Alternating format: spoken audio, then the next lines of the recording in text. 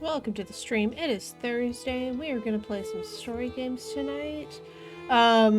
This one's called Pentiment. I heard about this, I saw like an ad for it or something, and honestly, the aesthetic had me immediately. It's got the aesthetic of, my understanding is that it's got the aesthetic of illuminated text, which are those old books from medieval times where the snails are chasing everyone and the dogs look weird and everything like that. So aesthetically, 100% up my alley. So we're gonna go all the way from New Game. Ooh, those are...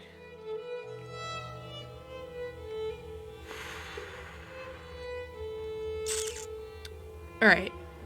We're gonna try the stylized fonts. If that turns into being too hard, we will change that. We will find a way to change that. In principio erat verbum et verbum erat apud Deum et Deus erat verbum hoc. Erat in principio apud Deum et opus esset vedere monaco repetere quotidie cum humilitate cadente unam rem immobilem cuius veritas sine controversiis potest asserere videmus nunc per speculum et in enigmate et primum veritatem faciet ad faciem sial quando manifestam. Oh, that erases. Oh no. In erroribus mundi itaque nos something. Oh no, I erased something before I read it. I didn't know that that was gonna be the case. Etiam si something something. Something et fere contextum voluntate intenta ad malum. Okay, apparently, let's erase this little monk in the corner. Once we started erasing, there's kind of no going back. Whoops. I did not know that I was going to erase the text that was there. Okay, so we're talking about the Rhine. Oh, it disappeared.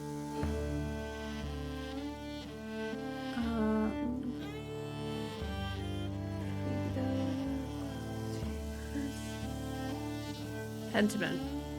Alright, I'm wondering if disappearing text is going to be relevant to the storyline. Here's the story. Oh god. It assumes you can't read Latin.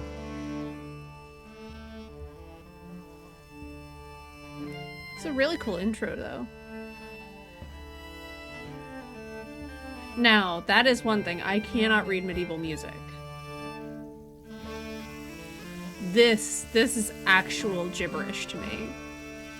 Like, I understand that someone can read it. Those causes by which they came to hold the barony. Oh. For the baron. Might have been baron.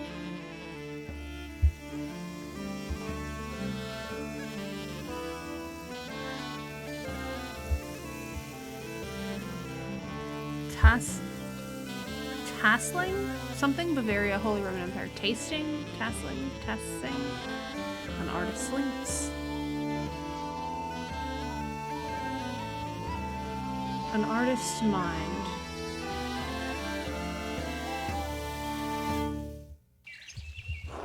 And the abbot said to me, Andreas,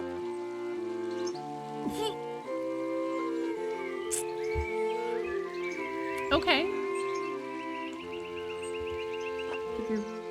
Brother Pierre is such a source of wisdom and encouragement for you, though. Indeed, but the rule... Socrates? Oh, it's in his mind. Indeed, but the rule of the Christian contemplative life demands that the brothers not engage in idle chatter.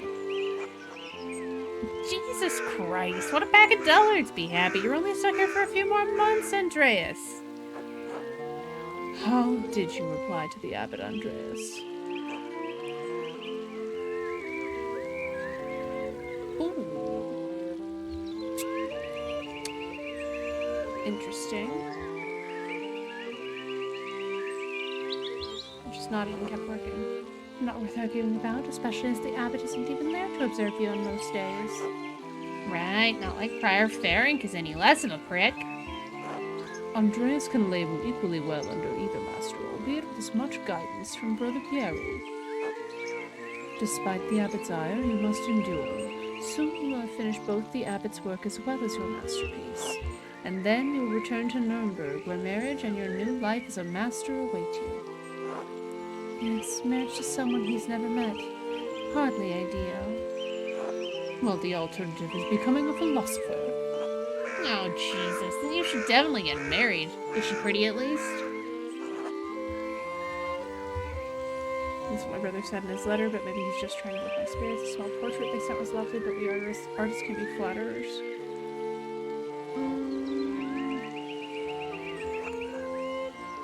It is growing late. The wheel of time stops for no man, Andreas. I fear you must leave us. Ah, true, your majesty. Will you visit us again soon?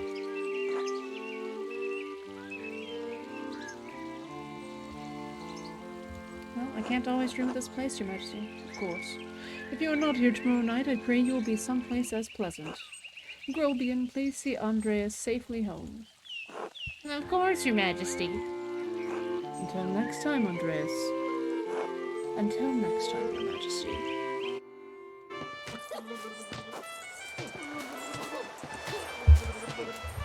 Pay no mind to the other fools, Andreas. We never do. Oh, God. Ow. At least I would if they'd stop stepping on my feet. Watch where you're going. They're fools, Andreas. No point in trying to teach them anything. I know John wants you to endure the abbot's shit, but since I take you home, I get the last word. Don't let him run you ragged, boy.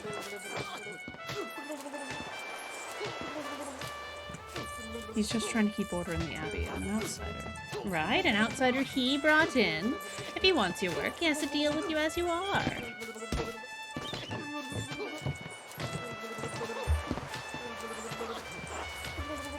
God. Oh, I love that little ink splatter effect. Would you please stop?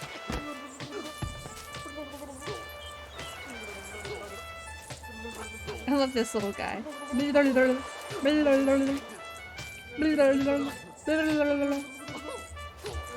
up. Take me home, Grobian.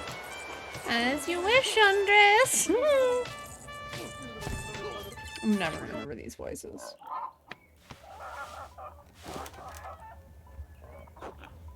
Good morning, Ursula. Good morning. Oh, what is a child doing? Time to get up. Okay. 1. The Baron, April 15, 18. Ah, so it was the Baron. Okay. A few more pages back to the... Oh! Another day, another few pages for the abbot, and hopefully a few for myself. I need to get across town and head up to the abbey so I can start work at the scriptorium. Pre-May, hour 6.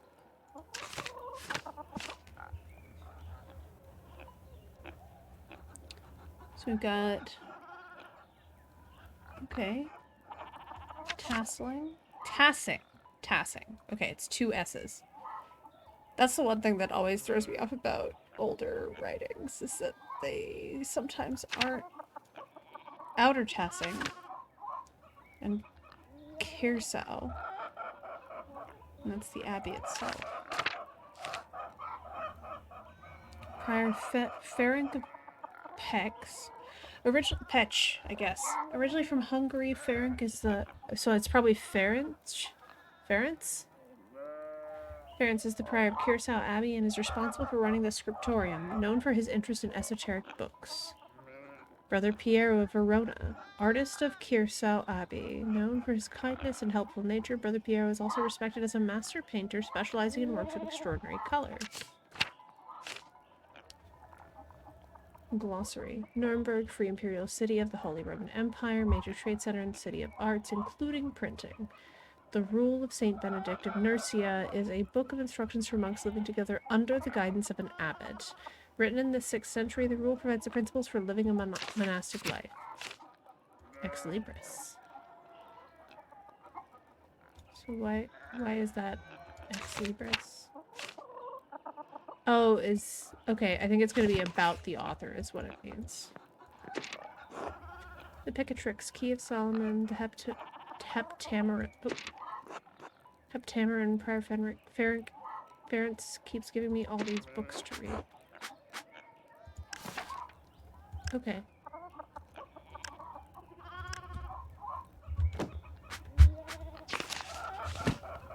That's the map. Oh, that's neat. Oh, cool. Okay. This is really cool.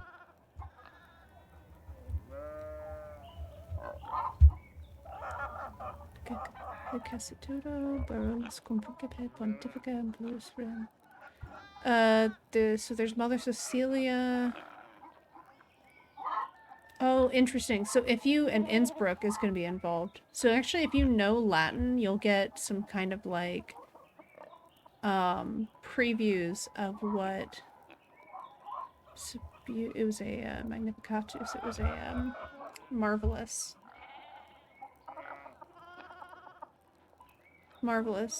monastery. Essentially, is how it's effectively what it's talking about. To say archdiocese. Okay, the Pope in Innsbruck.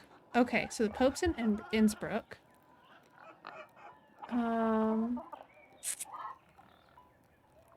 Secus Baroness Mitbatur ad Innsbrucko Stata Mitaque Archdiaconus in Pakis. In just a few days.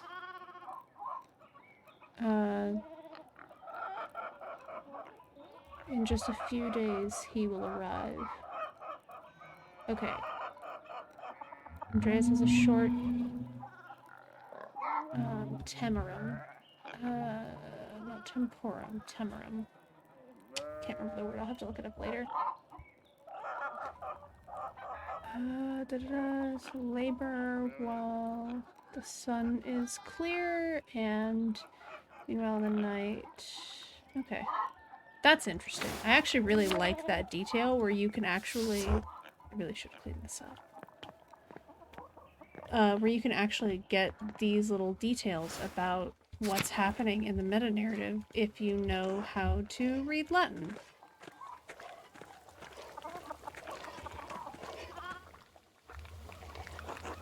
Good morning, Andreas. Did you sleep well? Quite well, actually. Thank you. I'm so glad to hear it. Anyway, I know you'll be off to the Abbey, so I packed you some food. Almonds, cheese, and some of the rye you like from the Albans. Otto wanted me to ask you to join him for dinner at the Abbey. Otto stopped by. Yes, around dawn. I don't know who's supposed to be older or younger here. I feel like one of them is the mother of the other one, but I cannot tell which. Which illuminated painting. Here you are, Andreas. It's too kind of you, Clara. Many thanks. Master Andreas, if it wouldn't be too much trouble, could we... Would it be too much trouble if you paid next month's rent today? And if we raised it by 2 Groschen? Groschen being a type of currency, I'm sure it'll talk about that. I hate to ask, but we're behind on our taxes to the Abbey. 2 months behind. Peter's losing his hair over it, even more than usual, I mean.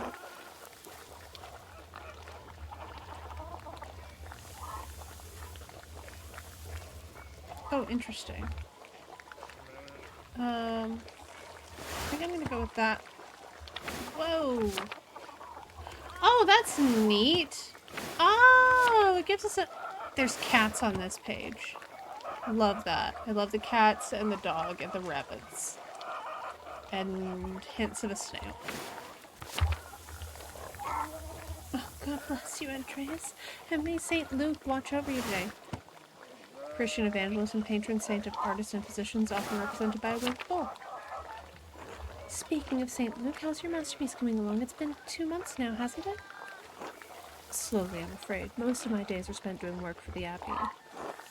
It's only during the divine office that Prior Ference allows me to work on my masterpiece. Divine office. The prayer times observed by all Christian monastic orders. Monks and nuns pray together 7 times a day and once at night, as dictated by the rule of St. Benedict. That was a real thing. It was actually, if I remember correctly, there were actually, at one time, there were many more. It was like 12 times a day.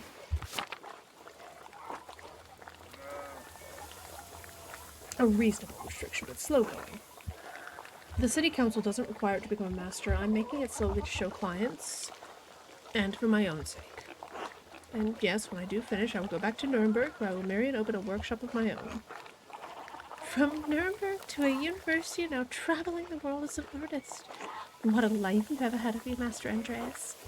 Yes, I suppose it does feel like I'm starting a new chapter in my life after... Ooh, I feel like this is gonna change things. Gonna go a little too much fun. It must be rather frightening starting all over again. Ooh.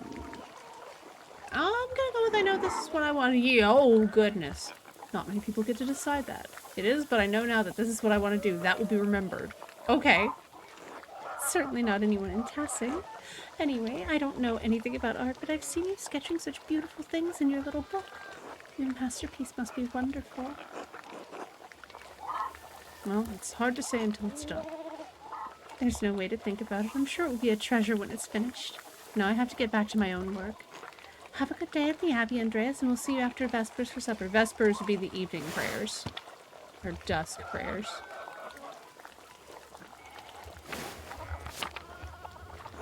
Not tonight, but thank you. Klaus Drucker invited me over for supper.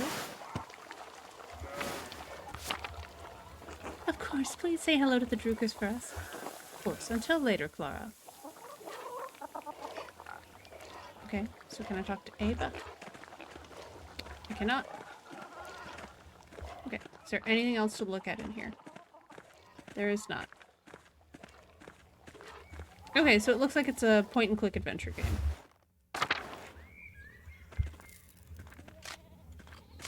And there's Peter. Andreas. So let's see. Let's look at our list of people, because I'm sure that's gotten bigger. Oh, yeah! Klaus Drucker. Tassing town printer. Husband to his wife. Yes, that is historically how that went for a very long time. Husband to his wife Marie and father to Bertolt. Although Tassing is an unusual place for a printing press, he does brisk trade with pilgrims and other travelers on the Imperial Road. Ava Gärtnerin, daughter of Peter Gärtner and his late wife Christina, Ava was largely raised by her brother and father. Clara Gärtnerin, second wife of Peter Gärtner, mother of Ursula, known for her kindness and her concern for her husband's health. Big Jorg Gärtner. Love a big Jorg. The son of Peter Gärtner and his late wife Christine, called Big because he was the biggest man in town. Otto Zimmermann, town carpenter and son of old Otto, known for his dislike of the Abbey, especially Father Gernot. Peter Gärtner, husband of Clara, father of Big Jorg, Ava, and Ursula, known for his temper and his dislike of the Abbey, and Leonhard Müller. Who's Leonhard Müller? Do we get a... No, we don't? Okay. Ooh, alright. Groschen, type of thick silver coin minted throughout the Holy Roman Empire. Yep. Groschen are typically worth 12 pfennigs, but may be minted at different values. Yeah, and that's something old currency had weird divisions. Morning, Andreas. Morning, Big Jorg. How's it going? You working today? Just taking a rest for a bit. Dad's still in the field. He hit a big rock with the plow and it took me Lord knows how long to pull it out. You off to the Abbey? Every tape at Sunday. Right. Thank God for Sundays. Smells like a storm's coming, no? Just smells like fresh alpine air to me. You've been traveling too much. Where was it you spent your wandering hour before coming to Tassing? Oh, okay. Oh, goodness. Wanderyara is like a... some communities still do it, like the Amish, where they have that year where they just go, where they leave their community and travel around, and theoretically they're supposed to come back at the end of it. A lot of them do. Alright, so... where do we go? Do we go to Basel? Know some Italian and French can reference cultural touchdowns from Basel and nearby Benn, Zurich, and Freiburg. Low Countries. Andreas knows some Dutch and French and can reference cultural touchstones from Antwerp, Bruges, and Ghent. Italy. Andreas knows Italian, a little Greek, and can reference cultural touchstones from Florence, Venice, and Milan. Given that someone's from Verona, I feel like Italy is gonna be Italian and a little Greek. For the Bible, that's gonna be big. I'm gonna go with Italy. Italy, Florence for a while, but Venice and Milan as well. Milan, one of the largest cities. Okay, and this is all history stuff, so this is cool. Milan, one of the largest cities in Europe. Milan was once a major city-state in the Italian peninsula before becoming part of the Spanish Habsburg Empire, so it's part of the Habsburgs right now. It is an economic and cultural power due to its position along central trade routes. I'm also noticing, this is not the first... Excuse me. It's not the first time. I think I've noticed a couple typos. To its position along central trade routes. Florence, home to the powerful Medici family who ruled the city for centuries. Florence is known for artistic patronage, hosting artists and thinkers including Michelangelo, Leonardo da Vinci, Botticelli, and Machiavelli. Venice, one of the most powerful republics of the Italian peninsula. Sitting on the northwest coast of the Adriatic Sea, Venice is a major center for commerce and art in southern Europe. Italy, no wonder your senses are dull. You've been down there too long. Spend enough time in these mountains and you'll be able to smell a storm coming. How long will that take? 10, 15 years? I don't think I have that long, Big York. What'd you spend all that time in Italy doing anyway? Other than art, I mean. Aha! Aha! Okay. Oh my god. I can make him a criminal. Okay, so we've got hedonist. Andreas seeks out pleasure wherever he goes. He's extremely social and quite experienced in all the enjoyable vices of the world. Craftsman. Andreas lives to work and dedicates all of his time to art. Bookworm. Andreas spends all of his non-working free time finding and reading as many books as he possibly can. Rapscallion. Andreas has a penchant for getting involved in petty schemes, pranks, minor crimes, and fistfights. Businessman. Andreas devotes much of his time to self-promotion, optimizing business expenses, making investments, and balancing his books. So I think because I chose the thing earlier where I know this is what I want to do now, I'm going to make him a craftsman. Other than art? Nothing. That's what I was there for. Art is the whole point, Big York. The craft. I don't have time for anything else. Oh, sorry I asked. Anyway, I have to get going. York, let's go. Dad's already acting like I'm taking too long, even though I did all the work to get that rock out. See you later, Andreas. Until later.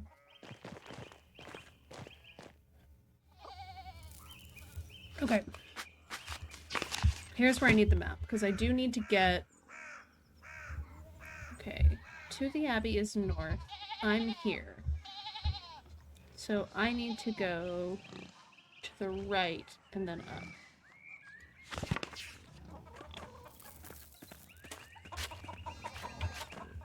Il Peter. What a name. God bless ya. Andreas. Ah, yes, Andreas. This work has been god-awful. This town's gone to shit since my days. Were things very different when you were young? Less different is beer and piss. Depends where you are. That's a joke. That's a joke about how... It's the old joke about how American beer is next to piss. Anyway, not the point. The old abbot didn't bother us as much about our customs. He didn't mind if we left a little offering to Perchta to keep the skies clear and the weather fair. Perchta, pagan goddess of the Alps associated with animals and spinning wool. She's still invoked by some Christians in Austria, Switzerland, Bavaria, and Swabia. Matthias knew that Christ was in our hearts, even if the White Lady's name was on our lips. I thought St. Moritz protected Tassing. St. Moritz is the patron saint of Tassing. Legend states that he was an Egyptian-born commander of a Roman legion who converted to Christianity. They were all murdered for their faith. His hand is a relic in Kirsau's shrine. Yes, and St. Sasha too, but who do you think protected it before they came along? St. Sasha, one of Tassing's patron saints. Sasha was a local pagan who converted to Christianity and miraculously aided St. Moritz soldiers with food in the dead of winter. She was martyred for her actions. The saints were the first to watch over Tassing. My father knew that. Old Rannick Kemper knew that. The late husband of Otilia.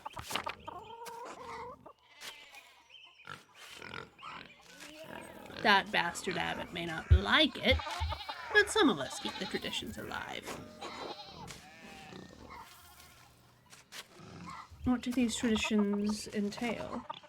When you get up in the night to take a piss, go around the right side of the house and never go back the same way. That way the witches don't steal your soul. Oh, how interesting. I should go. All right. God bless you.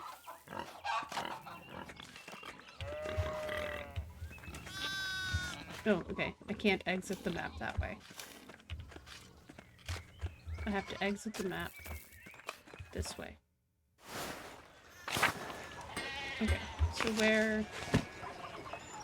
Okay, so it... Oh, wait. So I went from Outer Tassing to... Okay, the town square is right here. Oh, this is neat. Okay, so this is where you see the choices you've made. Yes, ma'am. You already ate.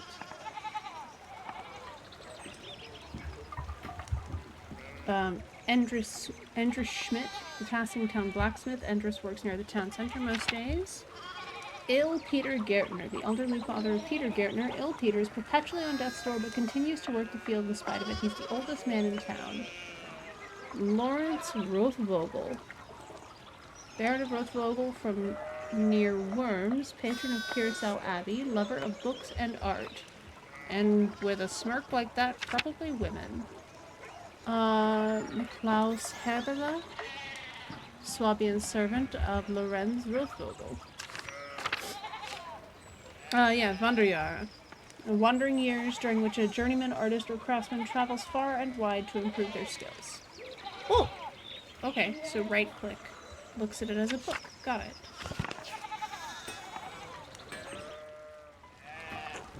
Oh, Andreas, good timing. Do you have a moment to lend me a hand? I'm already late to the abbey. Fine. Wonderful. I've got too many irons in the fire. Or rather, shoes. Horseshoes. I miscounted how many I put in. Now I need a hand, else they'll overheat and I won't be able to work the metal. Take the shoe and the tongs, put the hot part of the shoe on the anvil and I'll hit it with the hammer. Okay, rotate.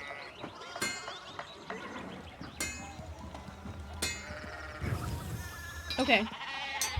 This is an interesting little mini game. Good, good. Next one.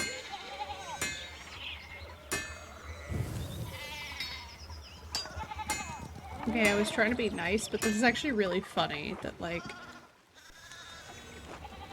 Thanks for the help, Andres. I don't know what I was thinking doing all of those at once. Sure would be nice to have someone to help me out here every day. You consider a child? I'll be considered an apprentice. I have. None of the boys in the village seem interested. Keep at them. I bet you could get Bert Drucker. Precious. Ha! Klaus would have my head if I tried. Anyway, I don't want to take up any more of your time. I'll see you and Otto up by the Abbey guest house for dinner. Oh, Otto's got his Liberace hair. Or Fabio. What is happening there? Oh, I walked right into it, didn't I? Martin, please, can you give me a hand here? What do you want? I'm keeping an eye on him. That looks a lot like standing there and doing nothing. Martin, for Christ's sake, help your cousin. Morning, Andreas. Excuse us. One of the fence rails fell and the sheep started hopping it.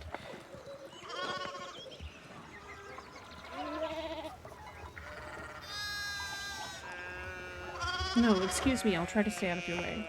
Thanks, it'll probably take an hour or two to track them all down at this rate. Blood sacrament. Damn it, Veronica, what did I say about blasphemy? Sorry, Mom. Oh, look, there's something going up at the Steinauer's place. Alright, I can't help everyone. Who's that on the horse? Looks rich. I don't know, Martin, but Lucky is giving him an earful. Christ, I haven't seen Lucky that worked up since Peter and Clara's wedding when Johann pulled his pants down. What?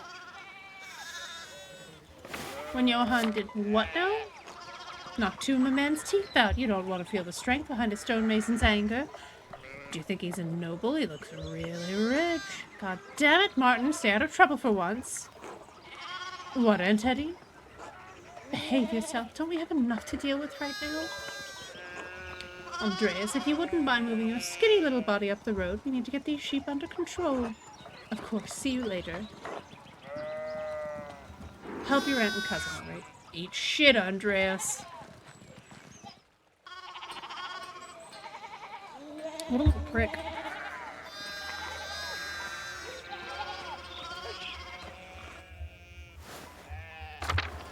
Oh my god, I just need to get to the...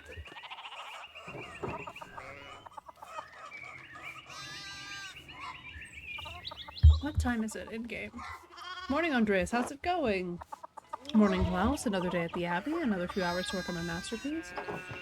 Good to hear. You're still coming by for supper tonight. Marie and Bert would love to see you. Oh, Marie's pretty. You really need to see these new woodcuts I have for an Italian edition of Till Eulenspiegel. Till Eulenspiegel, the titular character of a popular 15th century book, tells a prankster continually exposing the vices and hypocrisy of others. He's also quite skilled at tricking people into smelling, touching, or eating his excrement. Sounds lovely. I didn't realize Father Thomas let you print books in Italian. Come on, Andreas, he's not that strict. I know he's just trying to protect people from... Witch mania? Oh god, don't say that, Andreas. We're less than a day's ride from Innsbruck. Which would be why the Pope is on his way to Innsbruck. Got it. Capital of the Austrian county of Tyrol, and a major stop on the Imperial Road connecting Italy and Bavaria. It's the closest major city to Curacao Abbey and Tassing. Notably, it was also the site of witch trials in 1485. So we're clearly near 1485 in terms of time. No need to get people around here all worked up about witches again. Besides, don't talk about witches around Father Thomas. Just a bad idea. Good to know. So, supper tonight after Vespers. Of course, thank you. Great, I'll tell Marie and Bert you're coming. See you then. See you later.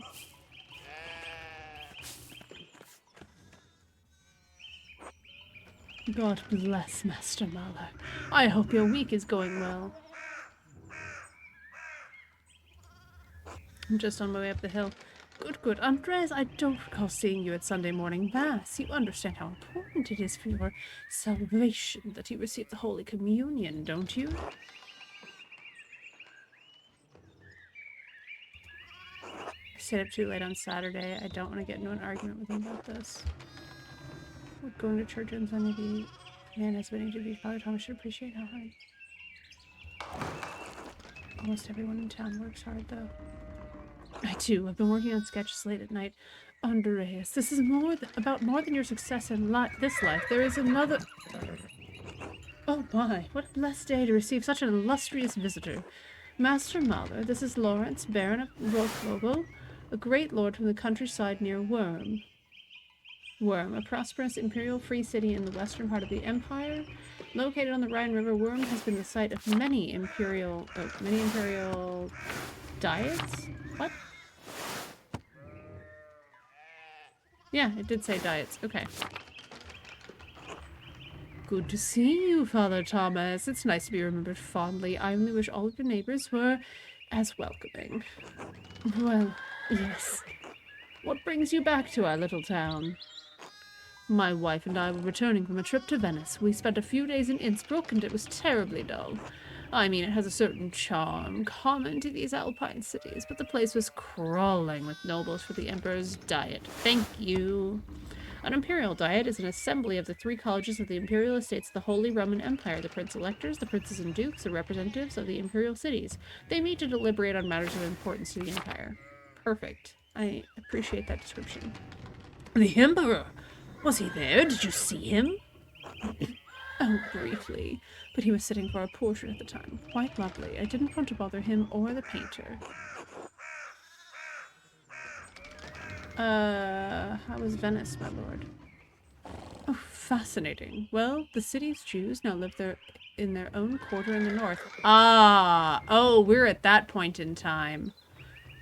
Because in certain periods of history, Venice had ghettos, essentially. The city's artists are still producing wonderful work. Titian in particular is a god. No offense, father. Of course. Anyway, my wife wanted to stay a bit longer in Innsbruck, and I decided to ride ahead to make a visit to Curacao.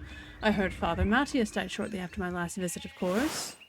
Abbot of Curacao before Father Garneau, widely respected by the monks and nuns as well as the people of Tassing, known for his kindness and his love for books. A great loss for the abbey and for us all.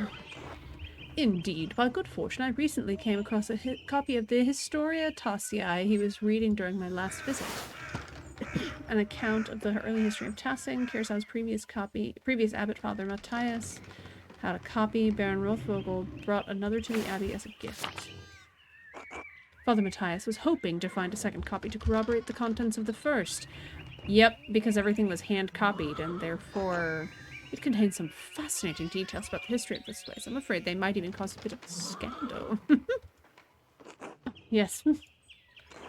But I must be off. There will be time enough to discuss Tassing's past later. I commissioned a manuscript from the abbey through Father Garneau, and I have come to check on its progress.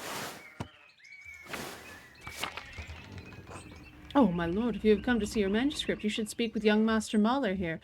By the way, I find it particularly funny because Mahler is a word for painter in German, if I remember correctly.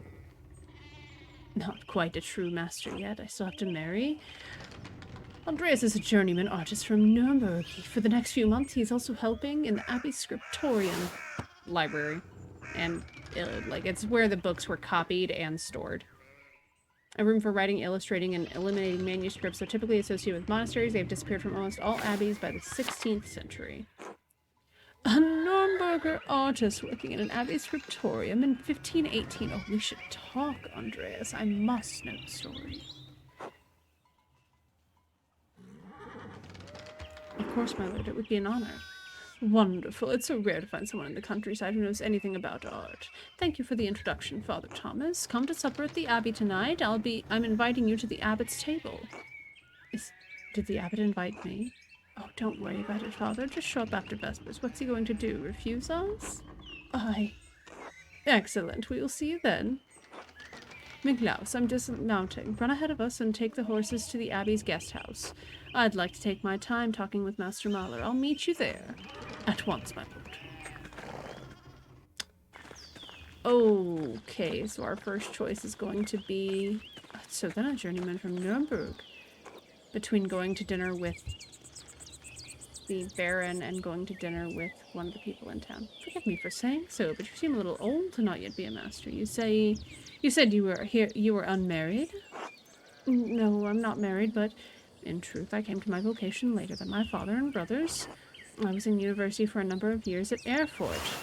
Erfurt, one of the most populous cities in the empires, and is located near its heart. It's been home to a respected university since 1379 and is a center for humanist thought. I think the university in Erfurt is still there, too. Like today. Erfurt, wonderful. The same university as Martin Luther. Have you read his works? Tremendous mind.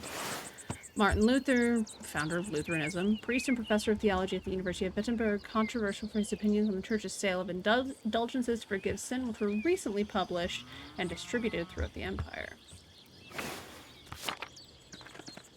He says things about the church that should have been said years ago. Might get him into trouble, but he's a brave, brilliant man. Wait, you may have even met him. Did you? You must tell me. No, he was a few years ahead of me. Still, his ideas do seem fascinating.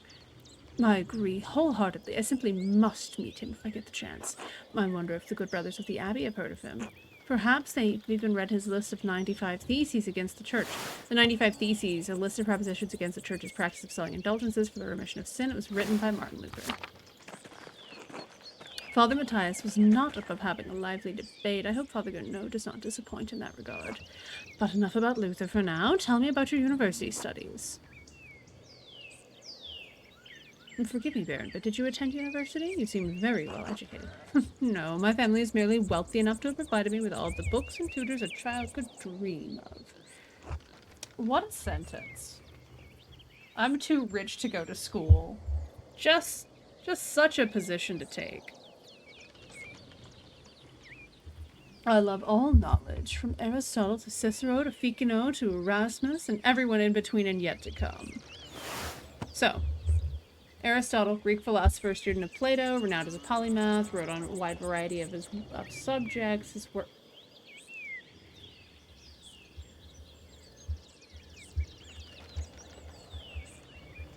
Wait. His work is extensively cited by current scholars, and even more work attributed to him than he could have ever written. I'm trying to remember. I think that's. Oh, that's right. Yeah, because it's. Okay. I always get the order mixed up. Those three. Cicero, statesman, scholar, lawyer, and renowned orator of the late Roman Republic, also would like to suck his own dick. I'm not big on Cicero in this house. Just, dude was a narcissistic motherfucker who could not shut up for like 2 seconds. He's revered both for his contributions to Latin literature and his skill at rhetoric. Look, he's revered by some, he's insulted by me. I don't revere that man. His writing, look, his writing's fine. He's got perfectly acceptable writing. But God, he's full of himself. If you ever read Cicero, like, just put it in the most condescending voice, and suddenly you will understand why I hate Cicero, because that man, every single, just dripping with condescension and how he thinks he's better than everyone. Hate Cicero. Anyway. Erasmus of Rotterdam, a Dutch priest, philosopher who was preeminent among northern humanists. He's known for his works in Latin and Greek, as well as his calls for reform within the church. And Marsilio Ficino was a 15th century Italian priest and humanist who was one of the leading figures of the Italian Renaissance. He is well known for his translations of the works of Plato into Latin. I may have misjudged the Baron. It seems he is as well read as any university student. In truth, I'm simply happy to speak with another well-educated man. Now then, did you earn your doctorate? Wait, why did that writing change? No, I didn't. Only a master's degree. I started working toward a doctorate but didn't finish. Oh, that's a shame. What was your area of study? Aha! Okay. Ooh. This feels important. Strong understanding of theology, biblical knowledge, canon law, heresies, and similar subjects. That doesn't feel like the character that we've started playing. I think imperial law. I suppose I thought I could practice in Nuremberg. I never had much interest in the subject, honestly. A bit dull for my taste. Besides, the Empire is such a mess of jurisdictions. Bavarian law, Rhenish law, Franconian law, nonsense. I'd rather use my money to pay someone who studied the nonsense than learn it myself. You! If I had any faith, I would have prayed you'd never show your faith here again. Curse you, Lorenz Rothvogel Perctus. Dogs tearing you to pieces would be too kind of fate. Damn, Otilia! These rustic communities display a shocking lack of hospitality, don't you think? What was that about? Who knows? By the time I finish guessing, the old crone will probably be dead. Well, what of your early time in university? Every student must study the trivium and quadrivium, the 3 ways and the 4 ways. Yeah, the lower and upper divisions of a classical liberal arts university education. Grammar, logic, and rhetoric form the trivium. Arithmetic, geometry, music, and astronomy form the quadrivium. Did you have a favorite subject? Ooh, ooh, ooh, ooh, ooh, ooh, ooh, ooh.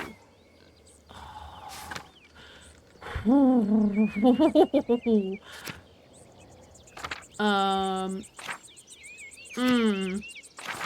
Mmm. Mmm. I'm gonna do the logician. Logic, geometry, and arithmetic. Quite interesting for an artist. Was Aristotle's organon the foundation of your study? Yes, the organon for logic and Euclid's elements for geometry, but the past few centuries have yielded wonderful new texts on logic. Peter Abelard provided the foundation of scholastic philosophy and established the primacy of Aristotle's work. 12th century French teacher, philosopher, and theologian. He's known for his philosophical work on logic and his theological work on atonement theory. He's also remembered for his love affair with his student, the renowned Benedictine nun, abbess, and scholar Heloise de Argenteuil. I have strong feelings about Heloise because I have read some of her texts and her writing is gorgeous. Like, of all the medieval writers of Latin, she probably had some of the most, like, beautifully written Latin text. Peter Abelard, meanwhile, he was like 27 when he started dating Heloise, who was like 16.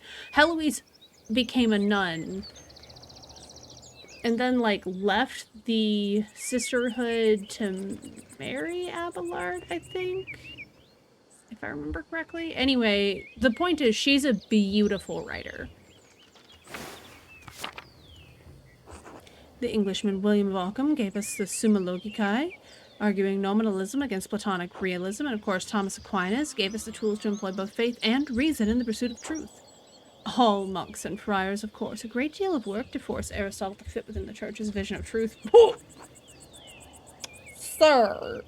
Is that so wrong? I question that these great men should have had to wrestle logic into what the Church established by fiat and force. And your other studies, was there anything else you excelled at? Yes! I can get 2 things! We're going with a Latinist and a logician! I focused on Latin. It's useful in so many ways, but especially for understanding manuscripts. Wonderful. A beautiful language used in the greatest empire of the ancient world. That's an opinion. Tell me, what is your favorite sententia? Sententia, commonly understood moral maxims, typically originating from ancient Rome or Greece. They may be employed as a sort of quasi-logical rhetorical shorthand among educated audiences.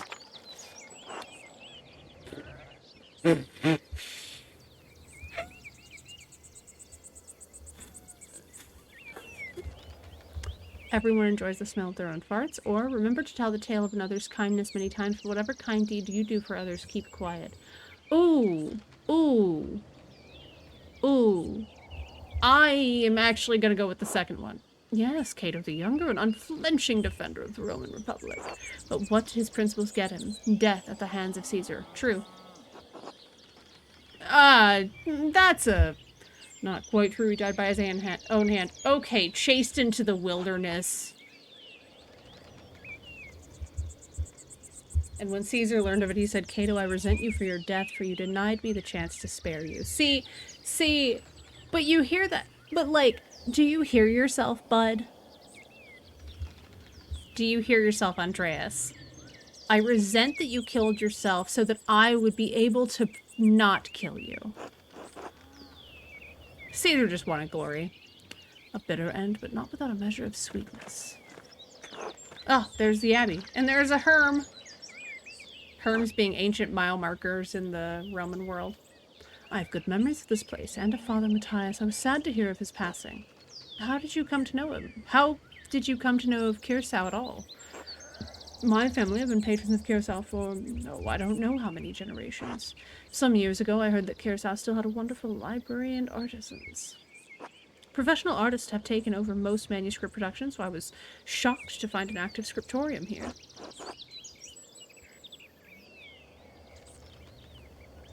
Ooh, some good options. The artists that remain here are good of quite old-fashioned. Well, Curacao is more than a bit old-fashioned. Some of my friends think I'm mad for commissioning a manuscript from an abbey in this day and age. But, well, my family have been patrons of Curacao for generations. It seems wrong to stop now while there's still talent here. I commissioned a manuscript through Father Gano a year ago. I thought I would stop by and check on the progress. Wait, are you the artist working on it? It's a prayer book with 20 illustrations. I know the work, but no, I do know the artist well, the Venerable Brother Piero. How venerable? He still has his wits and his skills, if that's what concerns you. Brother Piero has an incredible talent with color. Then I very much look forward to seeing it. God, there's so many men in this game.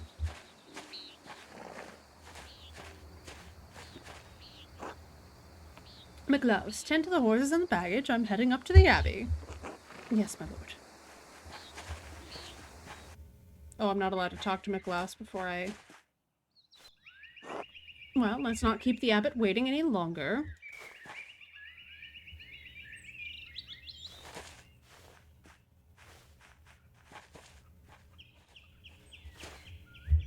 Nuns.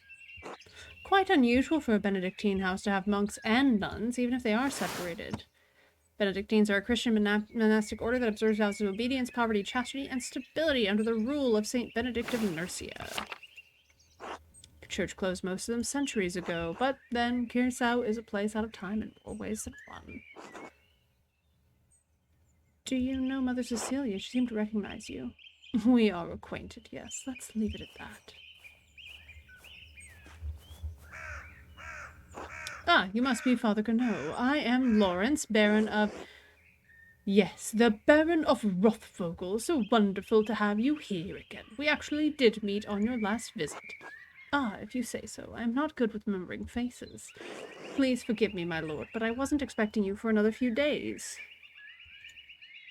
Yes, I know, but I rode ahead. I just couldn't wait to see my manuscript. I'm sure it's no trouble.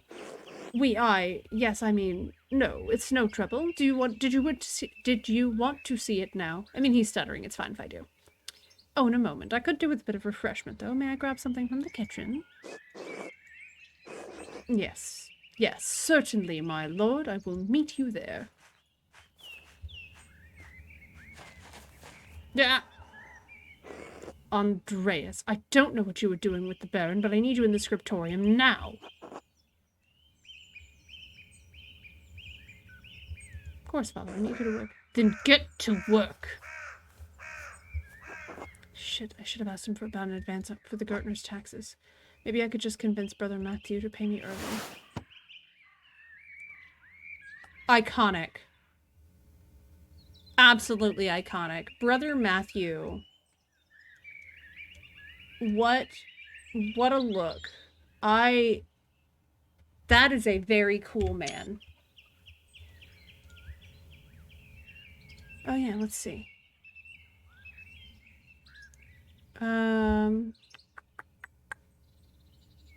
University doctrine. Multiple. Okay, so it's talking about the conversation we had.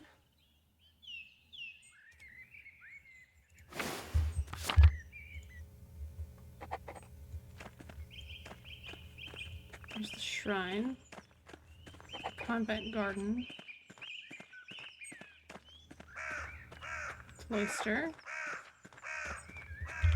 Okay, where's the scriptorium here? Okay, I'm here. The scriptorium is in the lower... No? Convent garden. Oh, I guess I need to go into the... Wait. Okay, go into the church. Okay, yeah.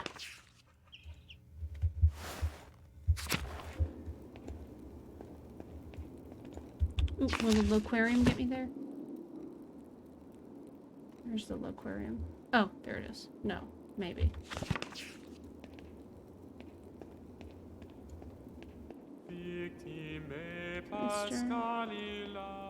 Crypt tower.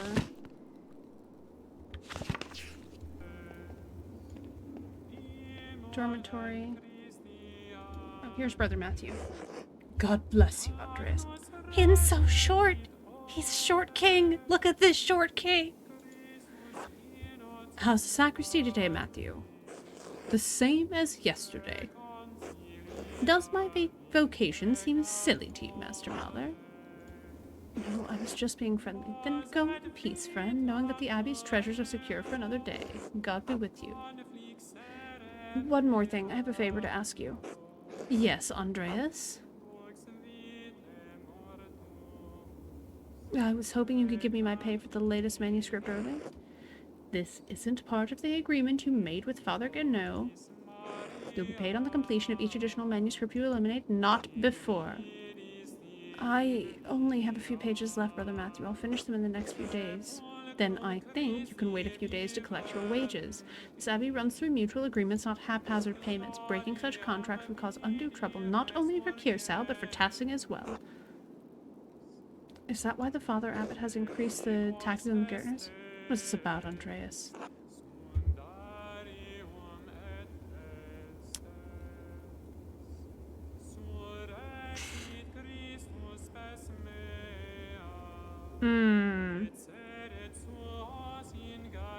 I would like to help the Gartners pay their taxes. The Gartners' failure to pay their taxes have reached even you, I see.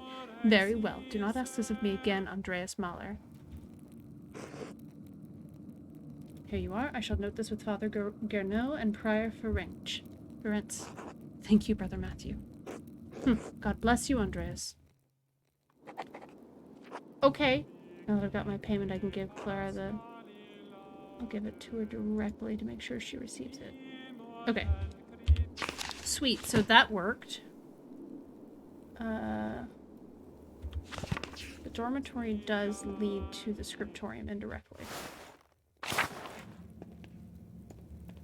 Old Bailey. Okay, so we're in the Old Bailey. Good. Okay.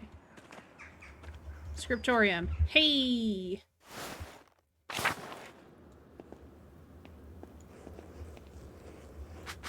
By the way, because it told me what time is it. Oh! Ex Libris. Logician, Latinist. Strong command of Latin grammar. Oh, wow, we've got a bunch of notes. Okay. Need to find a way to get an advance from the Abbey so I can help the Gartners pay their taxes. Father Garneau might be receptive to a negotiation for the funds. I need to approach the subject carefully and make it worth his while. I could speak with Brother Matthew about an early payment for my manuscript. I managed to convince Brother Matthew to pay me early for my manuscript. Luckily, I didn't need to convince the abbot I should get the money to Clara. Okay, we got a bunch of new people. Brother Matthew of Neufchatel. Swiss sacristan of Kirsau Abbey, responsible for maintaining the sacristy, the Abbey's treasury, and for assisting Father Gernot during the Liturgy of Hours. Sister Matilda of Kempton. Kellerer for the nuns of Kirsau Abbey, works often in the convent garden. Otilia, widow Kemperin. Farmer, widow of Renig Kemperin, lost her home after the death of her husband. Rudiger, because we didn't actually read that one. Rudiger of Tultz. Cantor for the monks of Kirsau Abbey, known for his fine singing voice. That's a pretty voice. Veronica Bauerin. Daughter of Johann and Hetty Bauer, sister of Hans, close friends with Brigitte Bauerin. Is Brigitte her sister? Anyway. Sister Zdena of Tabor. Bohemian nun, assistant to Sister Illuminati in the library. She has a markedly impious attitude toward life at Kirsau. Okay. Impious, you say, huh? William of Ockham, because we forgot to click that one earlier. 13th and 14th century English Franciscan philosopher and theologian, known for his commentaries on Peter Abelard's 4 books of sentences, his defense of apostolic poverty, and his writings on faith and reason.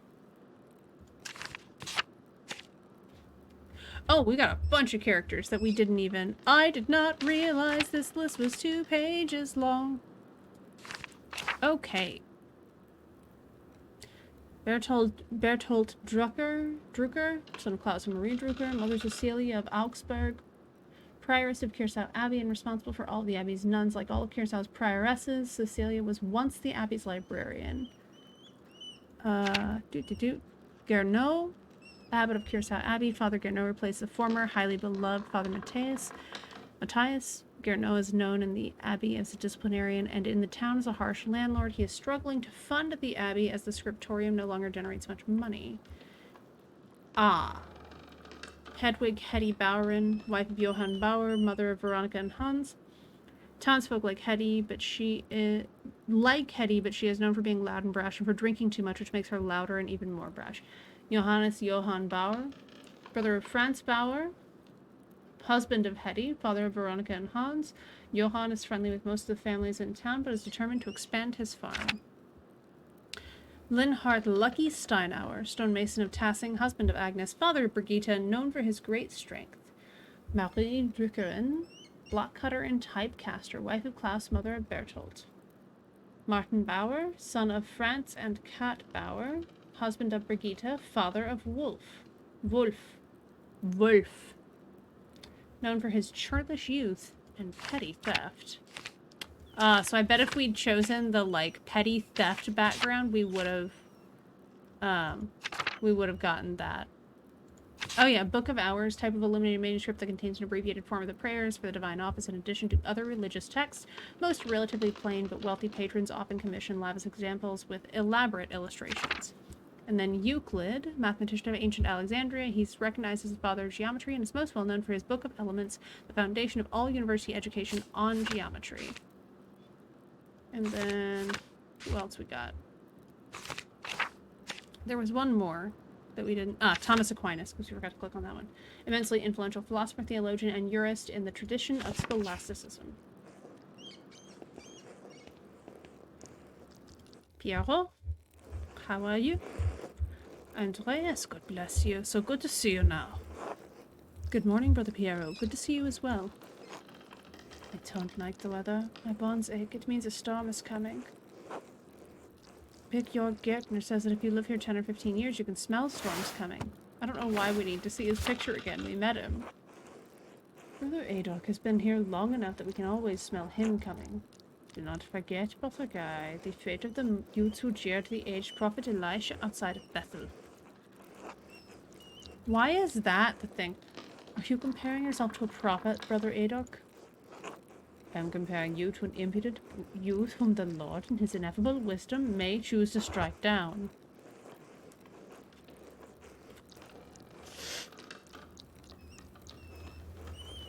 I mean, Guy was... Stay out of this, Andreas. The old fart can defend himself well enough. I need no defense against the likes of you. God protects his faithful against the iniquitous. Well, everyone seems quite lively. I suppose that means Prior Ferenc is not overseeing us today? He was here, but then he heard Lawrence Rothvogel had arrived, and he hurried out like a little mouse. Oh, I love the little puppy. Look at this. And the turnip. Ferenc is so desperate to impress the abbot and nobles like Rothvogel, it's pathetic. You feigned kindness to Father Abbot and our prior only to speak about them like this behind their backs. It's shameful. Oh no, Baron Rothvogel, his manuscript. I just realized he will want to see his manuscript hostility of me. Of course, that's why he's visiting. Perhaps if you were younger and faster, you wouldn't need to worry so much about patrons' visits.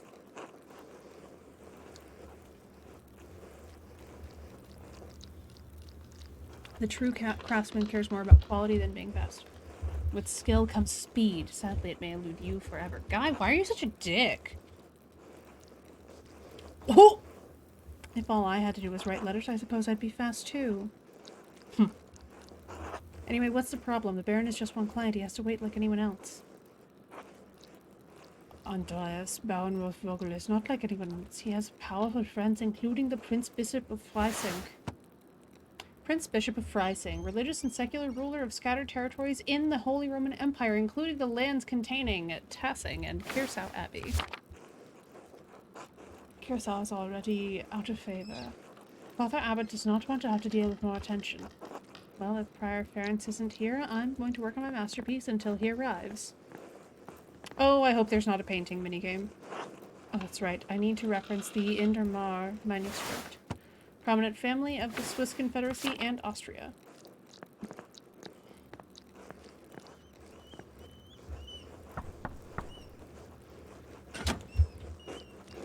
What do you want, Andreas? A book. The Indermar manuscript, the Book of Hours? Your hair looks messy today. Did you get enough sleep? What do you mean? I mean, did you sleep alone, or... Why do you want to know? It'd be nice to have something to think about during divine reading. Girl!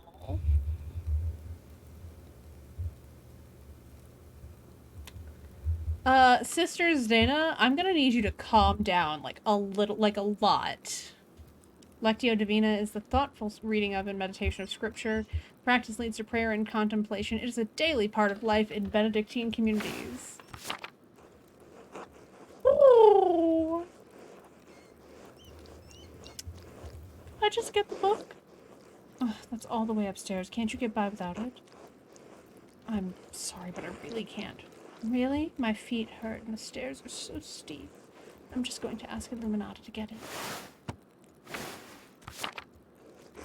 Sister Illuminata! Andreas needs help finding a book and I don't know where it is. Wow. And she's horny.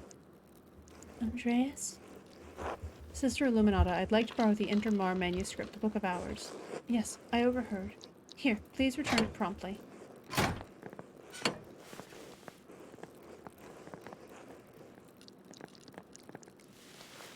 That was a very wet sound. Andreas, may I see how your masterpiece is coming? Of course, your opinion is always welcome. Oh, that's pretty. Oh, that's actually really pretty. Yes, the composition is lovely. There is a joyful spirit in your arrangement of the figures. The contrast of colors is also quite nice. Rich and beautiful on their own, but not overpowering the scene. It doesn't feel right. I don't know why. It's an excellent interpretation of someone else's work. That's what clients want. What do you want? Where are you in this work? I didn't know there was room for me in here. It is inescapable. We all put ourselves into our work, whether we realize it or not. What does this painting represent? It's November. In November, we show peasants leading the pigs into the forest to forage on acorns before the slaughter. Andreas, the peasants here are no longer allowed to forage acorns in the forest. Many great lords and abbots across the empire have forbidden it even for their gun, no? What difference does it make? This is the way November is painted. But it is not the way November is. Art is illusion, storytelling, but in their most sublime form, these images illuminate a path to truth. The technique is all that matters to me. Protecting the craft, can't that be enough? I knew you can answer that, Andreas. There was a time that I marveled at my own technique. But there is a reason we monks do not usually identify ourselves in our work. It foments pride, vanity. With time, I learned to take simple satisfaction in helping to spread truth to others. But you need not listen to my opinions, they are just the thoughts of one old monk. There is no place for the monastic scriptoria anymore. In truth, this room is a place out of time. Does that make you sad? I admit, I am still fond of the odd styles of lettering and illumination, but even in my youth I know it could not last. The creation of books of art is no longer the province of monasteries, so be it. More people will be able to write, more will be able to read, and in so doing be brought to truth. Don't you think there's a danger in anyone being able to write? I think there will always be a place for artists like you and Brother Adok. Fuck you, Guy. And Brother Guy. It's kind of you to say so, Andreas, but you need not be concerned for me. I have lived a long life, and I'm happy to have served the Lord. When he calls for me, I am ready. Man, you say that. Whoa! Okay.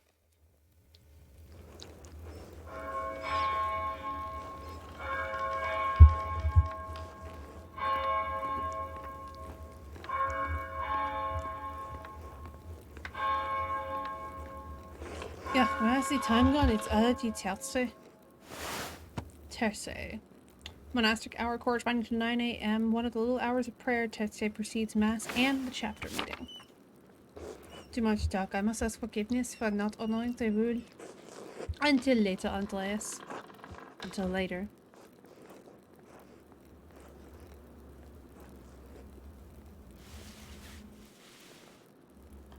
Oh no! Oh no!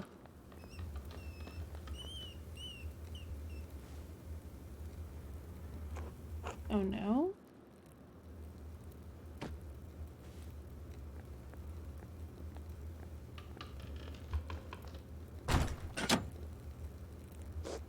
What's going on in here?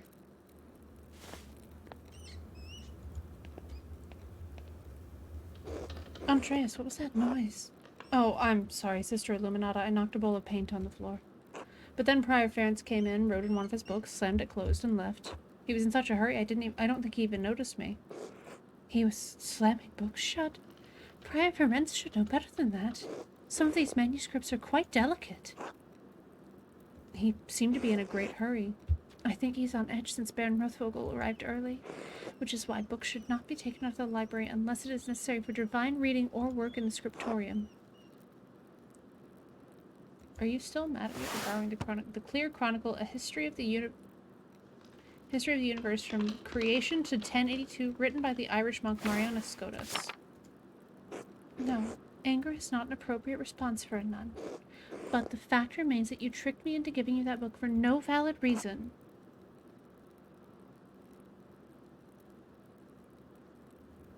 You sound angry. You should not interpret my disappointment as anger. You should also understand where it is directed. It is ultimately my fault, but it's my responsibility to be more vigilant about what books you can take from the library. Now, if you'll excuse me... Wait, what's all this fuss about Lawrence Rothvogel? Why is Prior Ference so nervous? Lawrence? I didn't know you were familiar enough with the man to use his Christian name. Anyway, I haven't dealt with him personally, but the Prior and Father Abbot have. I only know that he's purchased a number of our most valuable manuscripts over the years.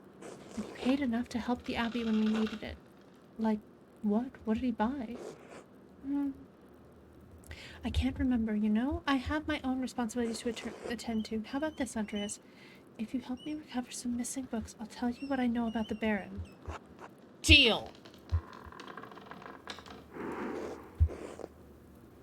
Thank you. It's for the good of the Abbey. Where should I begin? Out there, where you and your cohort have carelessly strewn books around the scriptorium. I will tell you what books I'm looking for, find them, and return them to me. The first two books are 2 volumes of the Aeneid. Hey, I feel like... Well, no. I actually don't know if my audience knows what the Aeneid is.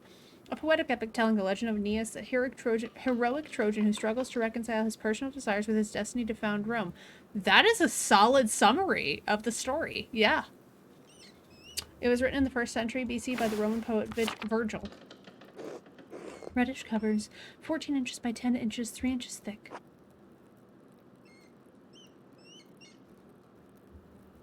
Innsbruck inches or Nuremberg inches sounds like a penis joke.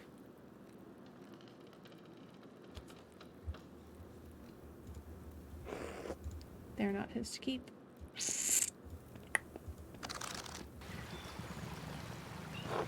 There's a fair amount of wear on these. I hope you don't mind. Oh, this is... Is this the part where... Oh no, this is... Okay.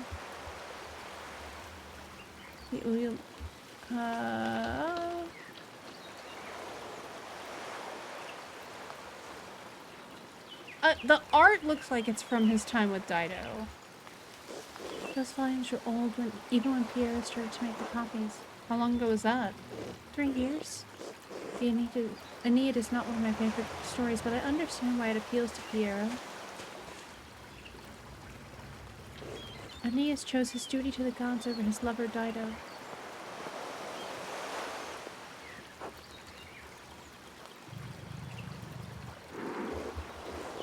I do not go to yeah. I did not make you for a scholar of Roman poetry, Andreas. The words sit easily in my memory, I'm not sure why. Probably out of love rather than duty. Do you think Aeneas' sense of duty appeals to Piero? We all have our vocations. Brother Piero takes his more seriously than most of the others in this abbey. You clearly take your chosen vocation seriously. Andreas, I didn't have a choice in my vocation. Few women do. Is it really that bad as being a woman that... You're right, of course. I appreciate that you understand how limited our roles and our choices truly are. I actually kind of like the little thought bubble thing where you can kind of choose a thought process. Even in stories we are maidens to be rescued and wed, cruel seducers of men are risen to thrones. Like Dido, we ordinary women are merely tools in the tales of men. We can never be the protagonists of our own stories. No woman's exempt from that, from the empress to the nun. It's our lot. I suppose I understand now why you're not fond of the Aeneid. It's fine poetry. For men. Woof. Look, this is a solid criticism of the Aeneid. I'm gonna be, as someone who really loves the Aeneid and thinks there's parts of it that are just genuinely beautiful, what is it? What is it? Irai Kailestibus. Oh no, here it is. Tentainai Kailestibus Irai. Like, can such angers really be to the gods? Essentially, is how I think I'm missing a word there, because if I remember correctly, it has chiasmus, so it's an ABBA structure. But, like, literally it means, like, literally it's, can there be such angers in the heavens, or to the heavens? But it's like, can the gods really hold such an anger? It's such a good line. Oh, I think it's Ile Calestibus. Now the books, if you please. It's like Tentaine Ile Calestibus Irai.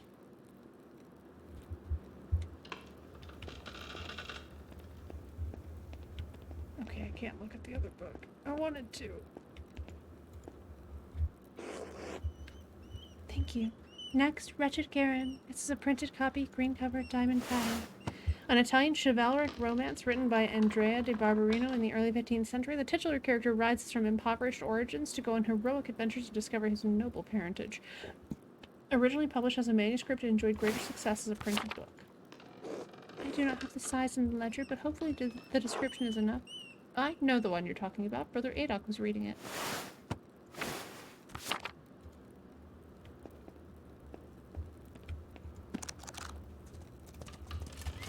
Oh, this is a really beautiful exploration of illuminated manuscripts. Manunated illumiscripts. The beauty of this book truly belies its ridiculous content. I'm surprised that Abby owns a copy. We don't. It belongs to Amadea Rusco of Elgano? Oh, Lugano. Highly contested Swiss market town located in the southwestern Alps. The Dukes of Como and Milan fought for control over it until it was claimed by the Swiss Confederation in 1513. It's a Venetian edition that's quite valuable. He loaned it to us 5 years ago. It was subsequently lost, and the abbot has received 3 letters about it. I've certainly seen the brothers enjoying it. That book is not appropriate reading for Benedictine monks. A baby is sold to pirates, raised a servant, then lives a life of adventure, wooing princesses and fighting in tournaments. You forgot the best part. In the end, Garin learns he has royal blood, the son of a duke. He reigns as a king and dies a pious hermit. It's not to love. Benedictine should be dreaming of reconciliation with our Lord, not lusty adventures. I suppose you're right. It's better suited for knaves like me. It's not my place to reprimand anyone for reading stories, least of all you, Andreas. Still, we must be on guard. Fantasy leads to temptation. Temptation has led to the downfall of many men and women. Sometimes, yes. But books like this, it's all the same type of fantasy, isn't it? To die better than we are born. And what's the problem with that? Why shouldn't a peasant dream of being a king? There is neither Jew nor Greek, neither slave nor free, neither male nor female, for you are all one and— Oh, that's a choice. That's a— Nope. Don't like that line at all. That is definitely— Yikes. We may be one in Christ, but we are not equal in this world. It isn't this world you should be concerned with, Andreas. But the book, Andreas, we must return it. Or would you like the abbot to receive a 4th letter? Well, legally speaking. Oh, are you a legal scholar now as well as an artist? Well, actually, I did study law at university. I don't care. I'm not concerned about the legality of it, but the principle. The book, please. Look. There's only one book left, then you will be freed from bondage.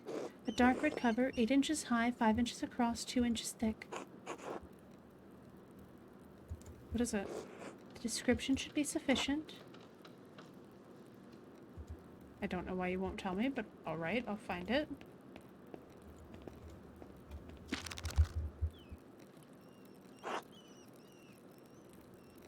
Ame touché partir et dépouiller au pêche à première état de la classe est de la classe. I can't read French. I'm sorry.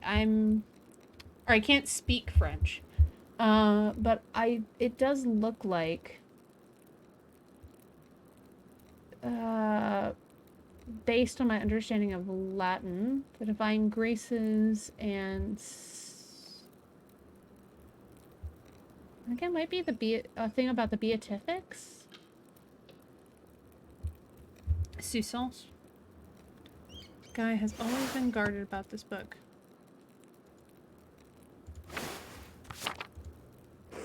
Very good. Please bring it here. What is this anyway? Maybe I should have learned French at some point. Bastard script. Elegant descenders. What is this? Why are you asking so many questions? Just give it to me. I haven't asked so many questions. I've asked one question twice and you haven't answered me. I have good reason not to answer you. Yes? 3 French bishops condemned the book. All copies were to be burned. Its author shared the same fate. What? Why? I don't know, Andreas. It isn't my place to question the judgment of one bishop, much less 3. And before you ask, no, I haven't read it, but I know it contains a dialogue between love and reason. So the book is dangerous. When did the bishops condemn it?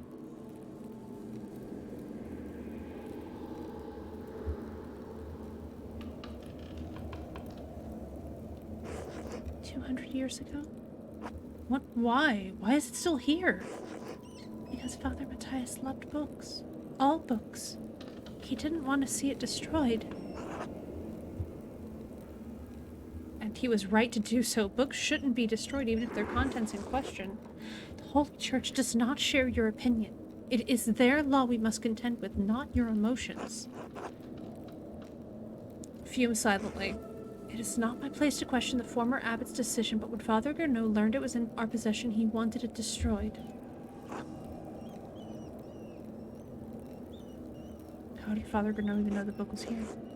Mother Cecilia made a note of it in the inventory when she was the librarian. Interesting. Must the book be destroyed? I do. So do Mother Cecilia and Father Gernot. Yeah. What? Why not? What are you going to do with it? I'm not sure. I'll hide it. Keep it safe. Give me that book. Our deal is forfeit. I won't tell you anything about Baron Rothvogel.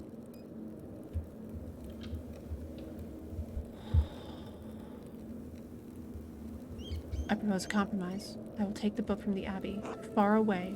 I'll be gone by the time Father Gernot asks about it, and if you like, you can say I stole it. Doubt he'll make a fuss about me stealing a book he wanted destroyed. I don't like it, Andreas. It feels wrong in my heart. I swear I'll take it far away. It's been out here for years, and besides, how could you have stopped me?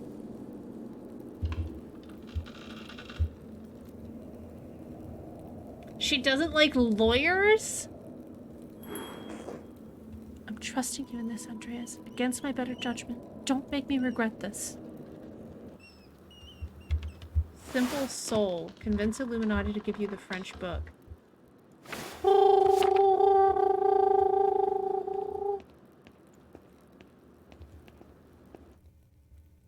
Okay.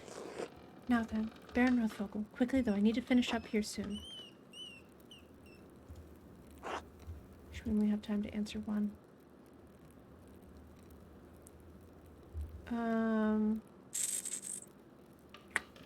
He mentioned finding a copy of Historia Tassii. He also mentioned that Father Matthias had a copy and was looking for another to verify its contents. Do you know anything about the book?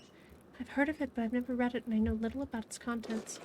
The subject is broad, but I believe the book deals specifically with the Roman occupation of this land.